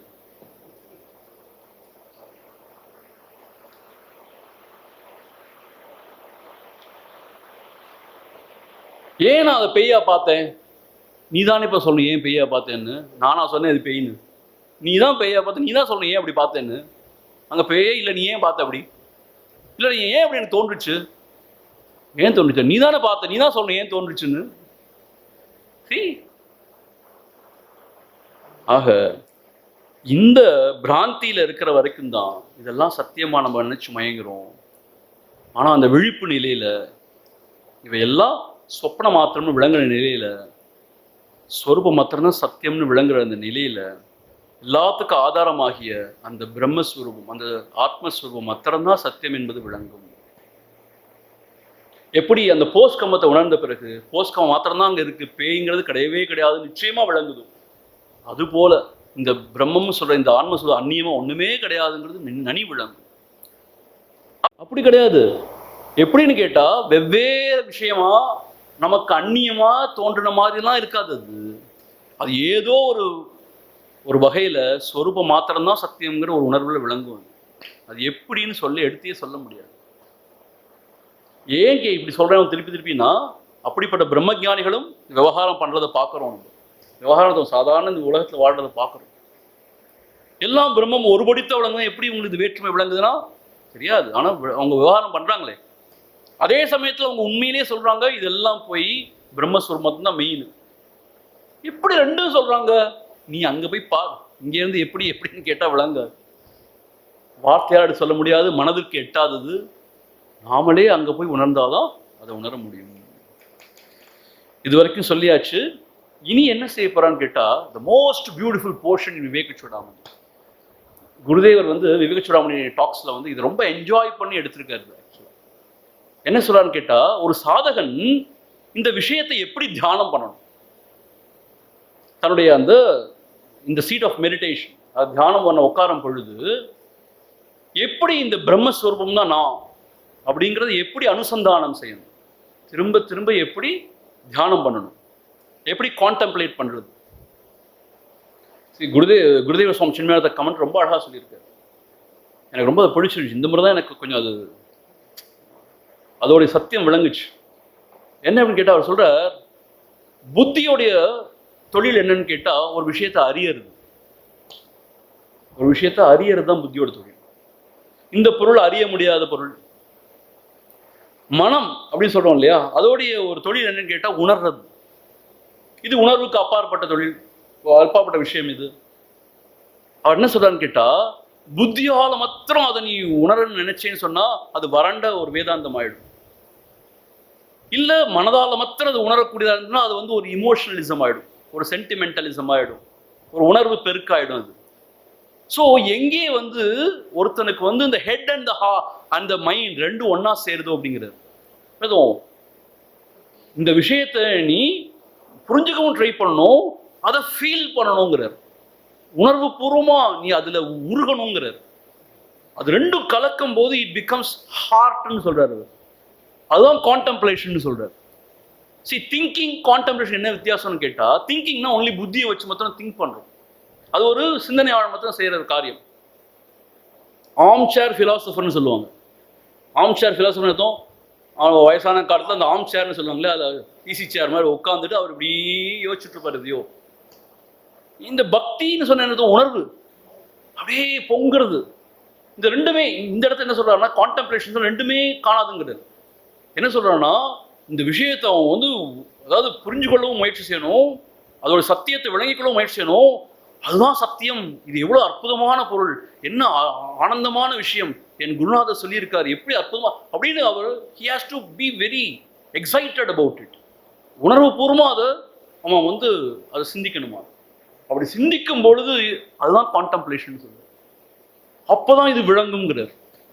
ரொம்ப அற்புதமா இந்த முறை விளக்கியிருக்காரு. வரட்டுத்தனமா சிந்திச்சாலும் விளங்காது, சும்மா ஹஹா ஓன்னு ஒரு உணர்வு பூர்வமா அது ரொம்ப அருமையான விஷயம், அற்புதமான விஷயம், அர்த்தம் இல்லை. Head also should come into play, heart also, the mind also should come into, the emotions also should come into play. இந்த ரெண்டும் கலவையா ரொம்ப ஒரு அற்புதமா இருக்கும் பொழுது அந்த இன்ட்யூஷன், அது அந்த ஒரு கான்டெம்ப்ளேஷன் உண்டாகுது அப்படிங்கிறது. அப்போ he is exported or he is transported to that state அப்படிங்கிறது. அப்படி செய்யறதுக்கு என்ன வகையான தியானம் எப்படி நம்ம செய்யணும் அப்படிங்கிறது தான் வரப்போற சில செயல்களை சொல்றாரு. இது மோஸ்ட் பியூட்டிஃபுல். குருதேவர் என்ன சொல்லுவார்னா, இதை நம்ம மனப்பாடம் பண்ணி ஞாபகம் வச்சுக்கணும் அப்படிங்கிறது. ஏன்னா நம்மளுடைய சீட் ஆஃப் மெடிடேஷன் இதை நம்ம சொல்லி இதை தியானம் பண்ணணும் அப்படிங்கிறது. அப்படிப்பட்ட அற்புதமான விஷயங்கள். ஜாதி நீதி குல கோத்ர தூரகம்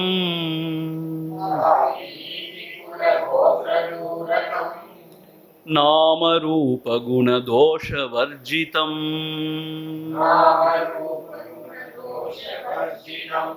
தேச கால விஷயாதி வர்த்தியத்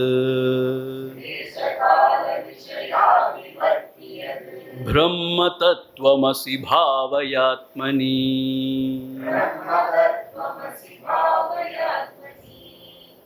ஜாதி நீதி குல கோத்ர தூரகம்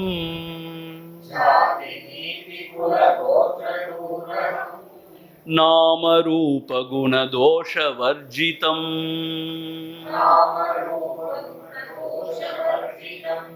தேச கால விஷயாதி வர்த்தியத்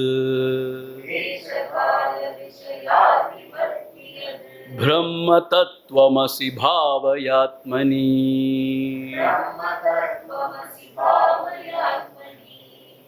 இது எப்பேற்பட்ட இந்த விஷயம்? ஜாதி நீதி குல கோத்திர தூரகம். ஜாதின்னு சொல்லுவோம் இல்லையா, இவன் எந்த ஜாதி கேட்கணும் இல்லையா, இதுக்கெல்லாம் அப்பாற்பட்டது. ஜாதி நீதி, காஸ்ட் அண்ட் க்ரீட்னு சொல்றோம் இல்லையா, இங்க சேர்க்கைன்னு சொல்லப்பட்டிருக்கு இந்த டிரான்ஸ்லேஷன்ல. அப்படிப்பட்ட விஷயங்களுக்கெல்லாம் அப்பாற்பட்டது. குல கோத்திர தூரகம். குலம், எந்த குலத்தை தோன்றினா அவன் கோத்திரம் என்ன? கோத்திரம் என்னன்னு கேட்டா எந்த ரிஷி பரம்பரையை சேர்ந்தவன் தான் கோத்திரம் சொல்றான். ஸோ அவனுடைய ரிஷி மூலம் என்ன? இப்படிப்பட்ட விஷயம்லாம் அது கிடையாது. இந்த உடல்ல நாம ஜீவனா பிறக்கும் பொழுதுதான் இவன் என்ன ஜாதி, இவன் என்ன கோத்திரம், என்ன குலம், என்ன கோத்திரம் கேள்வி எல்லாம் வருது. நான் இந்த உடலா? உடல் மனமும் கிடையாது. நான் அந்த ஸ்வரூபம், பிரம்மஸ்வரூபம் சொல்றாரு இல்லையா. அந்த பிரம்மஸ்வரம் பேர் போயிட்டு கேட்டா இந்த ஜாதி நீதி குலம் கோத்திரம் இதுக்கெல்லாம் அப்பாற்பட்டது. இன் ஒன் ஸ்ட்ரோக் நம்ம மனசு வில் பி ஜஸ்ட் லிஃப்டட். இந்த சின்னத்தனங்கள்லாம் நமக்கு கிடையாது. ஜாதி நீதி குல கோத்திர தூரகம். ஆனா இந்த விவகாரம் பண்ணும் பொழுது இந்த உலகத்துல ஒரு சில நியதிகள்லாம் இருக்கிறதுனால அதுக்கு அனுசாரமா வாழ்றது தப்பு கிடையாது. இந்த வர்ணாசிரமத்தை நம்முடைய சனாதன தர்மத்துல ரொம்ப விரிவா சொல்லப்பட்டிருக்கு. கிருஷ்ணர் சொல்றார், நான் தான் அதை கொடுத்தேங்கிறார். அது மாத்திரம் இல்லை, நம்ம மகான்கள்லாம் இது ஒரு நியாயம் இருக்குன்னு சொல்றாங்க. அதில் நிறைய வகையான சிந்தனைகள், கருத்து பேதங்கள்லாம் இருக்கு. அது இருந்துட்டு போட்டோம்.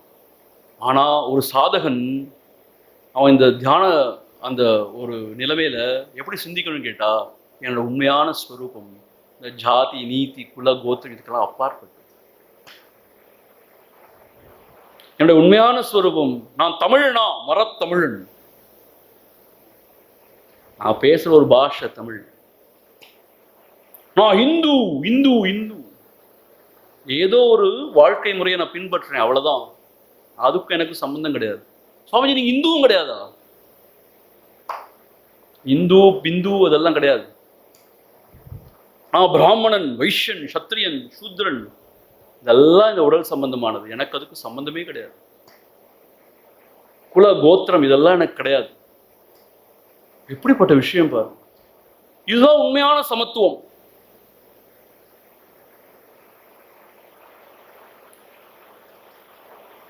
ஜாதி நீதி குல கோத்திர தூரகம் நாம ரூப குண தோஷ வர்ஜிதம். நாம ரூபம், நாமம்னா பெயர், ரூபம்னா ஒரு ஆகாரம், ஒரு ஃபார்ம், இதெல்லாம் எனக்கு கிடையாது. வர்ஜிதம்னா அதெல்லாம் எனக்கு கிடையாது. குண தோஷ வர்ஜிதம். குணம்னா நிறை, தோஷம்னா குறை, நிறை குறை இதெல்லாம் எனக்கு கிடையாது. என்னே இவற்றை என்னுயிரே எண்ணம் எதுவோ அது செய்வாய் சொல்றார் இல்லையா? என்னடா சொல்றார்? அண்ணாமலையாய் அடியேனை ஆண்ட அன்றே ஆவியொடுது கொண்டாய், எனக்கு ஒரு குறை உண்டோ? குறையும் குணமும் நீ அல்லால். குணம்னு யாராவது சொன்னாலும் குற்றம்னு யாராவது சொன்னாலும் என்னையே சேர்ந்தது கிடையாது. ஏன்னா அதுக்கு எனக்கு சம்பந்தம் கிடையாது. இதெல்லாம் பிரகிருதியில இருக்கு. இதெல்லாம் இந்த உடல் மனதோடு நான் வாழும் பொழுது இதுல இருக்கே ஒழிய என்னோட உண்மையான சொல்றது எல்லாம் கிடையாது. ஸோ யாராவது நம்மளை புகழ்ந்தாலும் நம்ம ரொம்ப ஹாஹான்னு சொல்ல வேண்டியது இல்லை. அந்த புகழ்ச்சியெல்லாம் என்னது? அற்பமான இந்த அகங்காரத்தை சேர்ந்தது. இகழ்ச்சியும் அற்பமான அகங்காரத்தை சேர்ந்தது. இந்த இந்த இந்த குணமும் எனக்கு கிடையாது, தோஷமும் எனக்கு கிடையாது. இதுக்கெல்லாம் அப்பாற்பட்டவன் நான். என்ன அருமையான விஷயம்! இந்த ஒரு விஷயத்தை நம்ம கை கொண்டாலே பெரிய ஒரு பீஸ், ஒரு அமைதி நமக்கு வந்துடும். ஏன்னா இந்த உலகத்தில் பாதி நேரம் நம்ம என்ன செய்கிறோம்? நல்லவனா எப்படி நடிக்க மீன்ஸ் நல்லவனா காமிச்சுக்க முயற்சி செய்கிறோம். யாராவது நம்ம மேலே ஒரு குற்றம் சொல்லிட்டா நமக்கு தாங்க மாட்டேங்குது. ஒரு கிரிட்டிசிசம் வந்துச்சுன்னா அது ரொம்ப கோபமாக வருது நமக்கு. இதெல்லாம் நம்ம இந்த அகங்காரியம் நினச்சிக்கிறதுனால வருது. நம்மளோட உண்மையான சொல்றது இதெல்லாம் ஒன்றும் கிடையாது. நாம ரூப குண தோஷ வர்ஜிதம். எனக்கு நாமமும் கிடையாது, ரூபமும் கிடையாது. கொஞ்சம் முழு பூசணிக்காய சொத்துல மறைக்க முடியுமா? இவ்வளோ பெரிய உருவமா உட்கார்ந்து இருக்கீங்க, எனக்கு உருவமே கிடையாதுன்னு சொல்றீங்கன்னா இந்த உடல் அதுக்கு இருக்கு. ஆனா என்னுடைய உண்மையான ஸ்வரூபத்துக்கு இந்த உருவம்லாம் கிடையாது. குறி குணமற்றவன் நான். அப்போ நான் ஆணா பெண்ணா? ஆணும் கிடையாது, பெண்ணும் கிடையாது, அர்த்தநாரீஸ்வரனும் கிடையாது, அதுக்கும் அப்பால. நான் மனுஷனா, தேவனா, முனிவனா, யக்ஷனா? அதுவும் கிடையாது. மனுஷன் கூட கிடையாது. நீங்க மிருகமா? அதுவும் கிடையாது.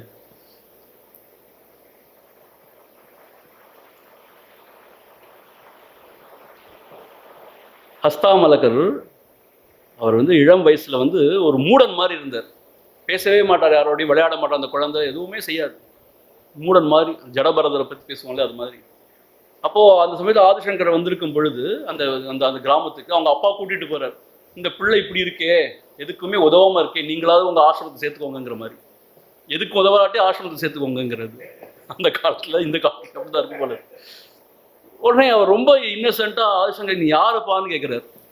உடனே இந்த குழந்தை தட தட தட தட தட தடன்னு அவ்வளோ பெரிய ஃபிலாசபி எடுத்து சொல்லிட்டான். நான் இது கிடையாது, அது கிடையாது, நான் இது கிடையாது, அது கிடையாது, அப்படியெல்லாம் மலைச்சு போயிடுறாங்க.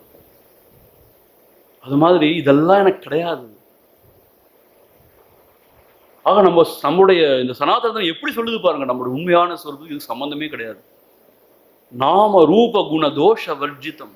அதனாலதான் அந்த அஷ்டவக்கரர் ஜனங்களுடைய இந்த சபைக்குள் நுழையும் பொழுது அவ்வளோ காலமும் அங்க உள்ள பெரிய பெரிய வேதாந்திகள், பெரிய பெரிய பண்டிதர்கள்லாம் ஆத்ம தத்துவம், பிரம்ம தத்துவத்தை பத்தி அவ்வளோ இது பண்ணிட்டு இருக்காங்க, விஸ்தாரமா விவாதம் பண்ணிட்டு இருக்காங்க. அது எப்போ ஏற்பட்டது, அப்படிப்பட்டது, இப்படிப்பட்டது.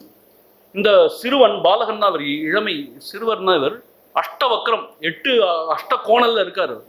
உள்ள நுழைஞ்ச உடனே எல்லாரும் ஹாஹான்னு சிரிக்கிறாங்க. உடனே அவர் சொல்றாரு அஷ்டவக்கரர், நான் நினைச்சேன் இங்க எல்லாம் பெரிய பண்டிதர்கள் இருக்காங்கன்னு, இப்போதான் தெரிஞ்சது இவங்கெல்லாம் சக்கிலியங்க அப்படின்னு. சக்கிலியங்கன்னா யாரு? காப்லர்ஸ், செருப்பு தைக்கிறவங்கன்னு ஆன்னு சொல்றாங்க. இவ்வளவு நேரம் என்ன சொன்னீங்க? அந்த சத்தியம் தான், பரம்பொருள் தான் உண்மை, உடல் மனமெல்லாம் போய் அது இதுன்னு பேசி வாய் கழிய பேசுனீங்க. இப்போ இந்த உடல் தான் நான் நினைச்சிட்டு நான் அஷ்டவக்கரனா இருக்கேன்னு சிரிக்கிறீங்களே, இவ்வளோ பெரிய மனுஷங்களா இருந்துட்டு உங்களுக்கு சிங்கமா இல்லை அப்படின்னு கேட்குறாரு. நாக்க பிடிக்கிறமா கேட்குறா. இதுதான் அவ்வளோ பெரிய பண்டிதர்கிட்ட கேட்குறாரு. நீங்களாம் சக்கிலியங்க நான் நினைக்கவே இல்லை, உங்களுடைய சபையில சக்கிலியர்கள் தான் இருக்காங்க நான் எதிர்பார்க்கவே இல்லை. ஏன் புறத்தை தான் நீங்க பாக்குறீங்களே ஒளி உண்மையான ஸ்வரூபத்தை பார்க்கலையே. ஆனா உண்மையான ஸ்வரூபத்தை பத்தி வாய்க்கழியே பேசுறீங்க. ஆனா உங்களோட திருஷ்டி பூரா நாம ரூபத்துல இருக்கு. இவன் கோணலா இருக்காம்பான்னு சிரிக்கிறீங்க. ஆனா என்னோட உண்மையான ஸ்வரூபம் எப்படிப்பட்டது? நாம ரூப குணதோஷ வர்ஜிதம், அதுக்கெல்லாம் அப்பாற்பட்டது.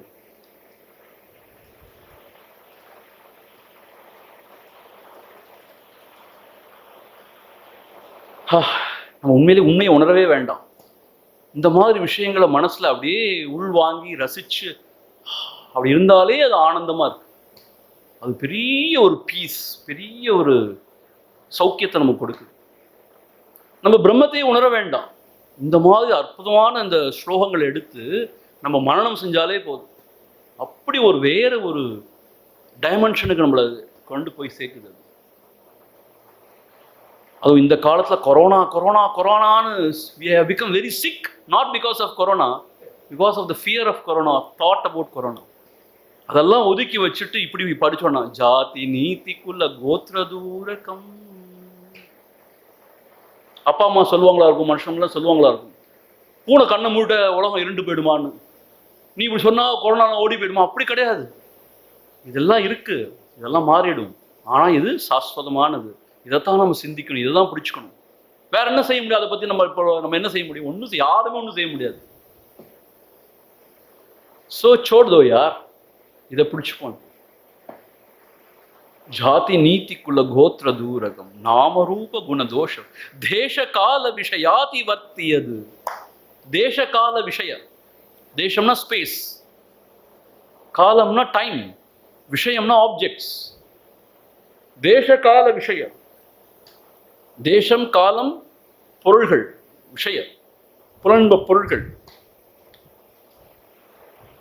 விஷயாதி வர்த்தி, அதையெல்லாம் கடந்ததாக இருக்கக்கூடிய எதுவோ யத் பிரம்மா தத்துவமசி பாவயாத்மனி, அந்த பிரம்மஸ்வரூபம் தான் என்னுடைய உண்மையான ஸ்வரூபம்.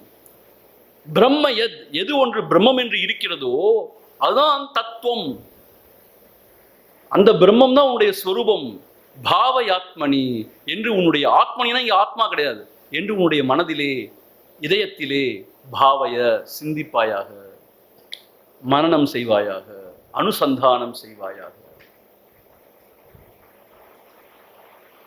சுவாமிஜி என்ன செய்யறது லாக்டவுன்ல அப்படின்னு கேட்டா, அமைதியாக ஒரு இடத்துல உட்காந்து இந்த ஸ்லோகத்தை எடுத்து வாய் விட்டு சொல்லி மனதால் நினைக்கிறது. ஜாதி நீதி குல கோத்திர தூரகம். ஜாதி நீதி குல கோத்திரம் இதெல்லாம் எனக்கு கிடையாது, தூரகம். அதுக்கெல்லாம் அப்பார், ரொம்ப தூரம், அந்த தள்ளி. அது நாமரூப குணதோஷ வர்ஜிதம். நாமரூப குணதோஷம் இதெல்லாம் எனக்கு கிடையாது. தேச கால விஷயாதி வர்த்தியது. தேசமும் கிடையாது, காலமும் கிடையாது. காலம் கிடையாதா? கிடையாது. அங்க கங்குள் பகல் இல்லையடி. கங்குள் பகல் என்னது? இரவு பகல்லாம் அங்க கிடையாது. ஆக தேச கால விஷயாதி வர்த்தி, ஆப்ஜெக்ட்லெஸ் அவேர்னஸ், ஆப்ஜெக்ட்லெஸ் அவேர்னஸ். எது பிரம்ம தத்துவமசி, அந்த பிரம்மஸ்வரூபம் எதுவோ அதான் துவமசி, நீயாக இருக்கிறாய் என்று பாவய. ஆத்மனி, உன்னுடைய இதயத்திலே பாவய, சிந்திப்பாயாக. மாணவனே, இப்படி உன்னுடைய இதயத்திலே நீ சிந்திப்பாயாக. நாம் உடல் நினைச்சு நாம் இந்த புலன்பத்திலேயே இருக்கோம், இல்ல மனபுத்தியில வாழ்ந்துட்டே இருக்கோம். ஏதாவது ஒரு அன்புக்காக ஏங்குறோம், இல்ல பேர் புகழுக்காக ஆடுறோம் திரியறோம். ஆனா இதெல்லாம் விட்டுட்டு, இதெல்லாம் எனக்கு கிடையாது, எல்லாத்துக்கும் ஆதாரமா இருக்கக்கூடிய அந்த பிரம்மஸ்வரூபம் தான் என்னுடைய உண்மையான ஸ்வரூபம். இப்ப என்ன சாதனை செய்யறது சுவாமிஜி? இதுதான் சாதனை. பிரம்ம தத்துவமசி பாவயாத்மனி. இந்த பிரம்ம தத்துவம் தான் நான் என்று அனுசந்தானம் செய்வாயாக. வேற வேலை பழப்பு இல்லை எங்களுக்கு அப்படின்னு கேட்டா, இப்போ வேலையை போய் பாருங்க.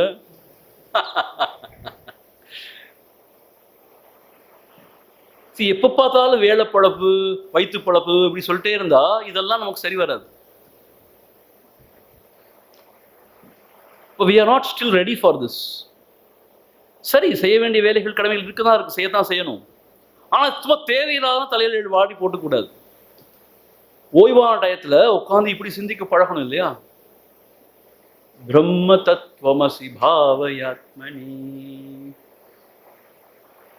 நமக்கு ஏது நேரம்? இப்போ வாட்ஸ்அப்பை திறந்தா மெசேஜா கொட்டுது, யூடியூப்ல போனா என்னென்னமோ வருது, அதை கேட்கறதா இதை கேட்கறதானே தெரியல. எல்லா ஆச்சாரியரும் இப்போ யூடியூப் லைவுக்கு வந்துட்டாங்க, ஃபேஸ்புக் லைவுக்கு வந்துட்டாங்க. எதை கேட்கறது எதை வருதுன்னே தெரியல.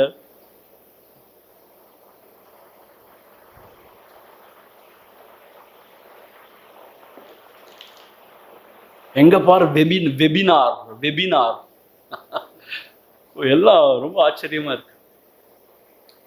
அதெல்லாம் விட்டுட்டு இப்போ இதை நம்ம மரணம் செய்யணும், அனுசந்தானம் செய்யணும். திரும்ப திரும்ப திரும்ப அந்த சாஸ்திரம் சாஸ்திரம் படிச்சுட்டே இருந்து என்ன பிரயோஜனம்? எவ்வளவுதான் அற்புதமான லெக்சரா இருந்தால் எவ்வளவுதான் கேட்டு என்ன பிரயோஜனம்? கேட்ட பிறகு அதை பற்றி அனுசந்தான் இது மாதிரி சிந்திக்க வேண்டாமா? நம்ம இதயத்தில் சிந்திக்கணும், தனி நாமா சிந்திக்கணும். இல்லை இல்லை இல்லை சுவாமிஜி நீங்கள் சொன்னால் சரியாக தான் இருக்கும், நாங்கள் அதை நம்புகிறோம் அப்படி சொல்லி பிரயோஜனம் இல்லையாங்க.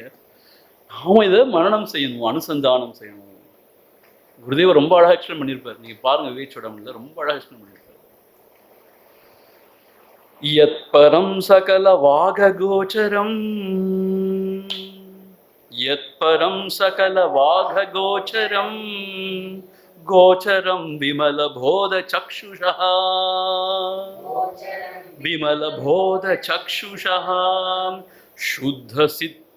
शुद्ध चित् घनमनादि वस्तु यद्, घनमनादि वस्तु यद्, ब्रह्म तत्त्वमसि भावयात्मनि,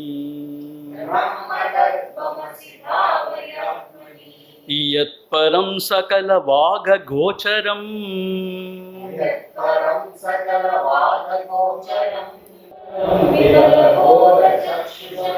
शुद्ध चित् घनमनादि वस्तु यद्, ब्रह्म तत्त्वमसि भावयात्मनि. இப்படி சொல்லிட்டே போறார். ஸோ இதை நாளைக்கு நம்ம பார்ப்போம் இன்னும் மீண்டும். So most beautiful, I tell you, இதை நம்ம ரசித்து உள்வாங்கி நல்லா அப்படியே ஆனந்தமாக இதை திரும்ப திரும்ப சிந்தனை பண்ண வேண்டிய விஷயங்கள். மேற்கொண்டு உள்ள விஷயங்களை நம்ம நாளைக்கு பார்ப்போம். I suppose this is working YouTube live. Okay, thank you so much for all these friends who are working on it. So it is reaching out a lot of people actually. Om Tat Sat Brahmarpanamastu. Om Purnamada Purnamidam Purnat Purnamudachyate Purnasya Purnamadhaya Purnamevavasishyate. Om Shanti Shanti Shanti. Harihi Om. Shri Gurubhyo Namaha. Harihi Om.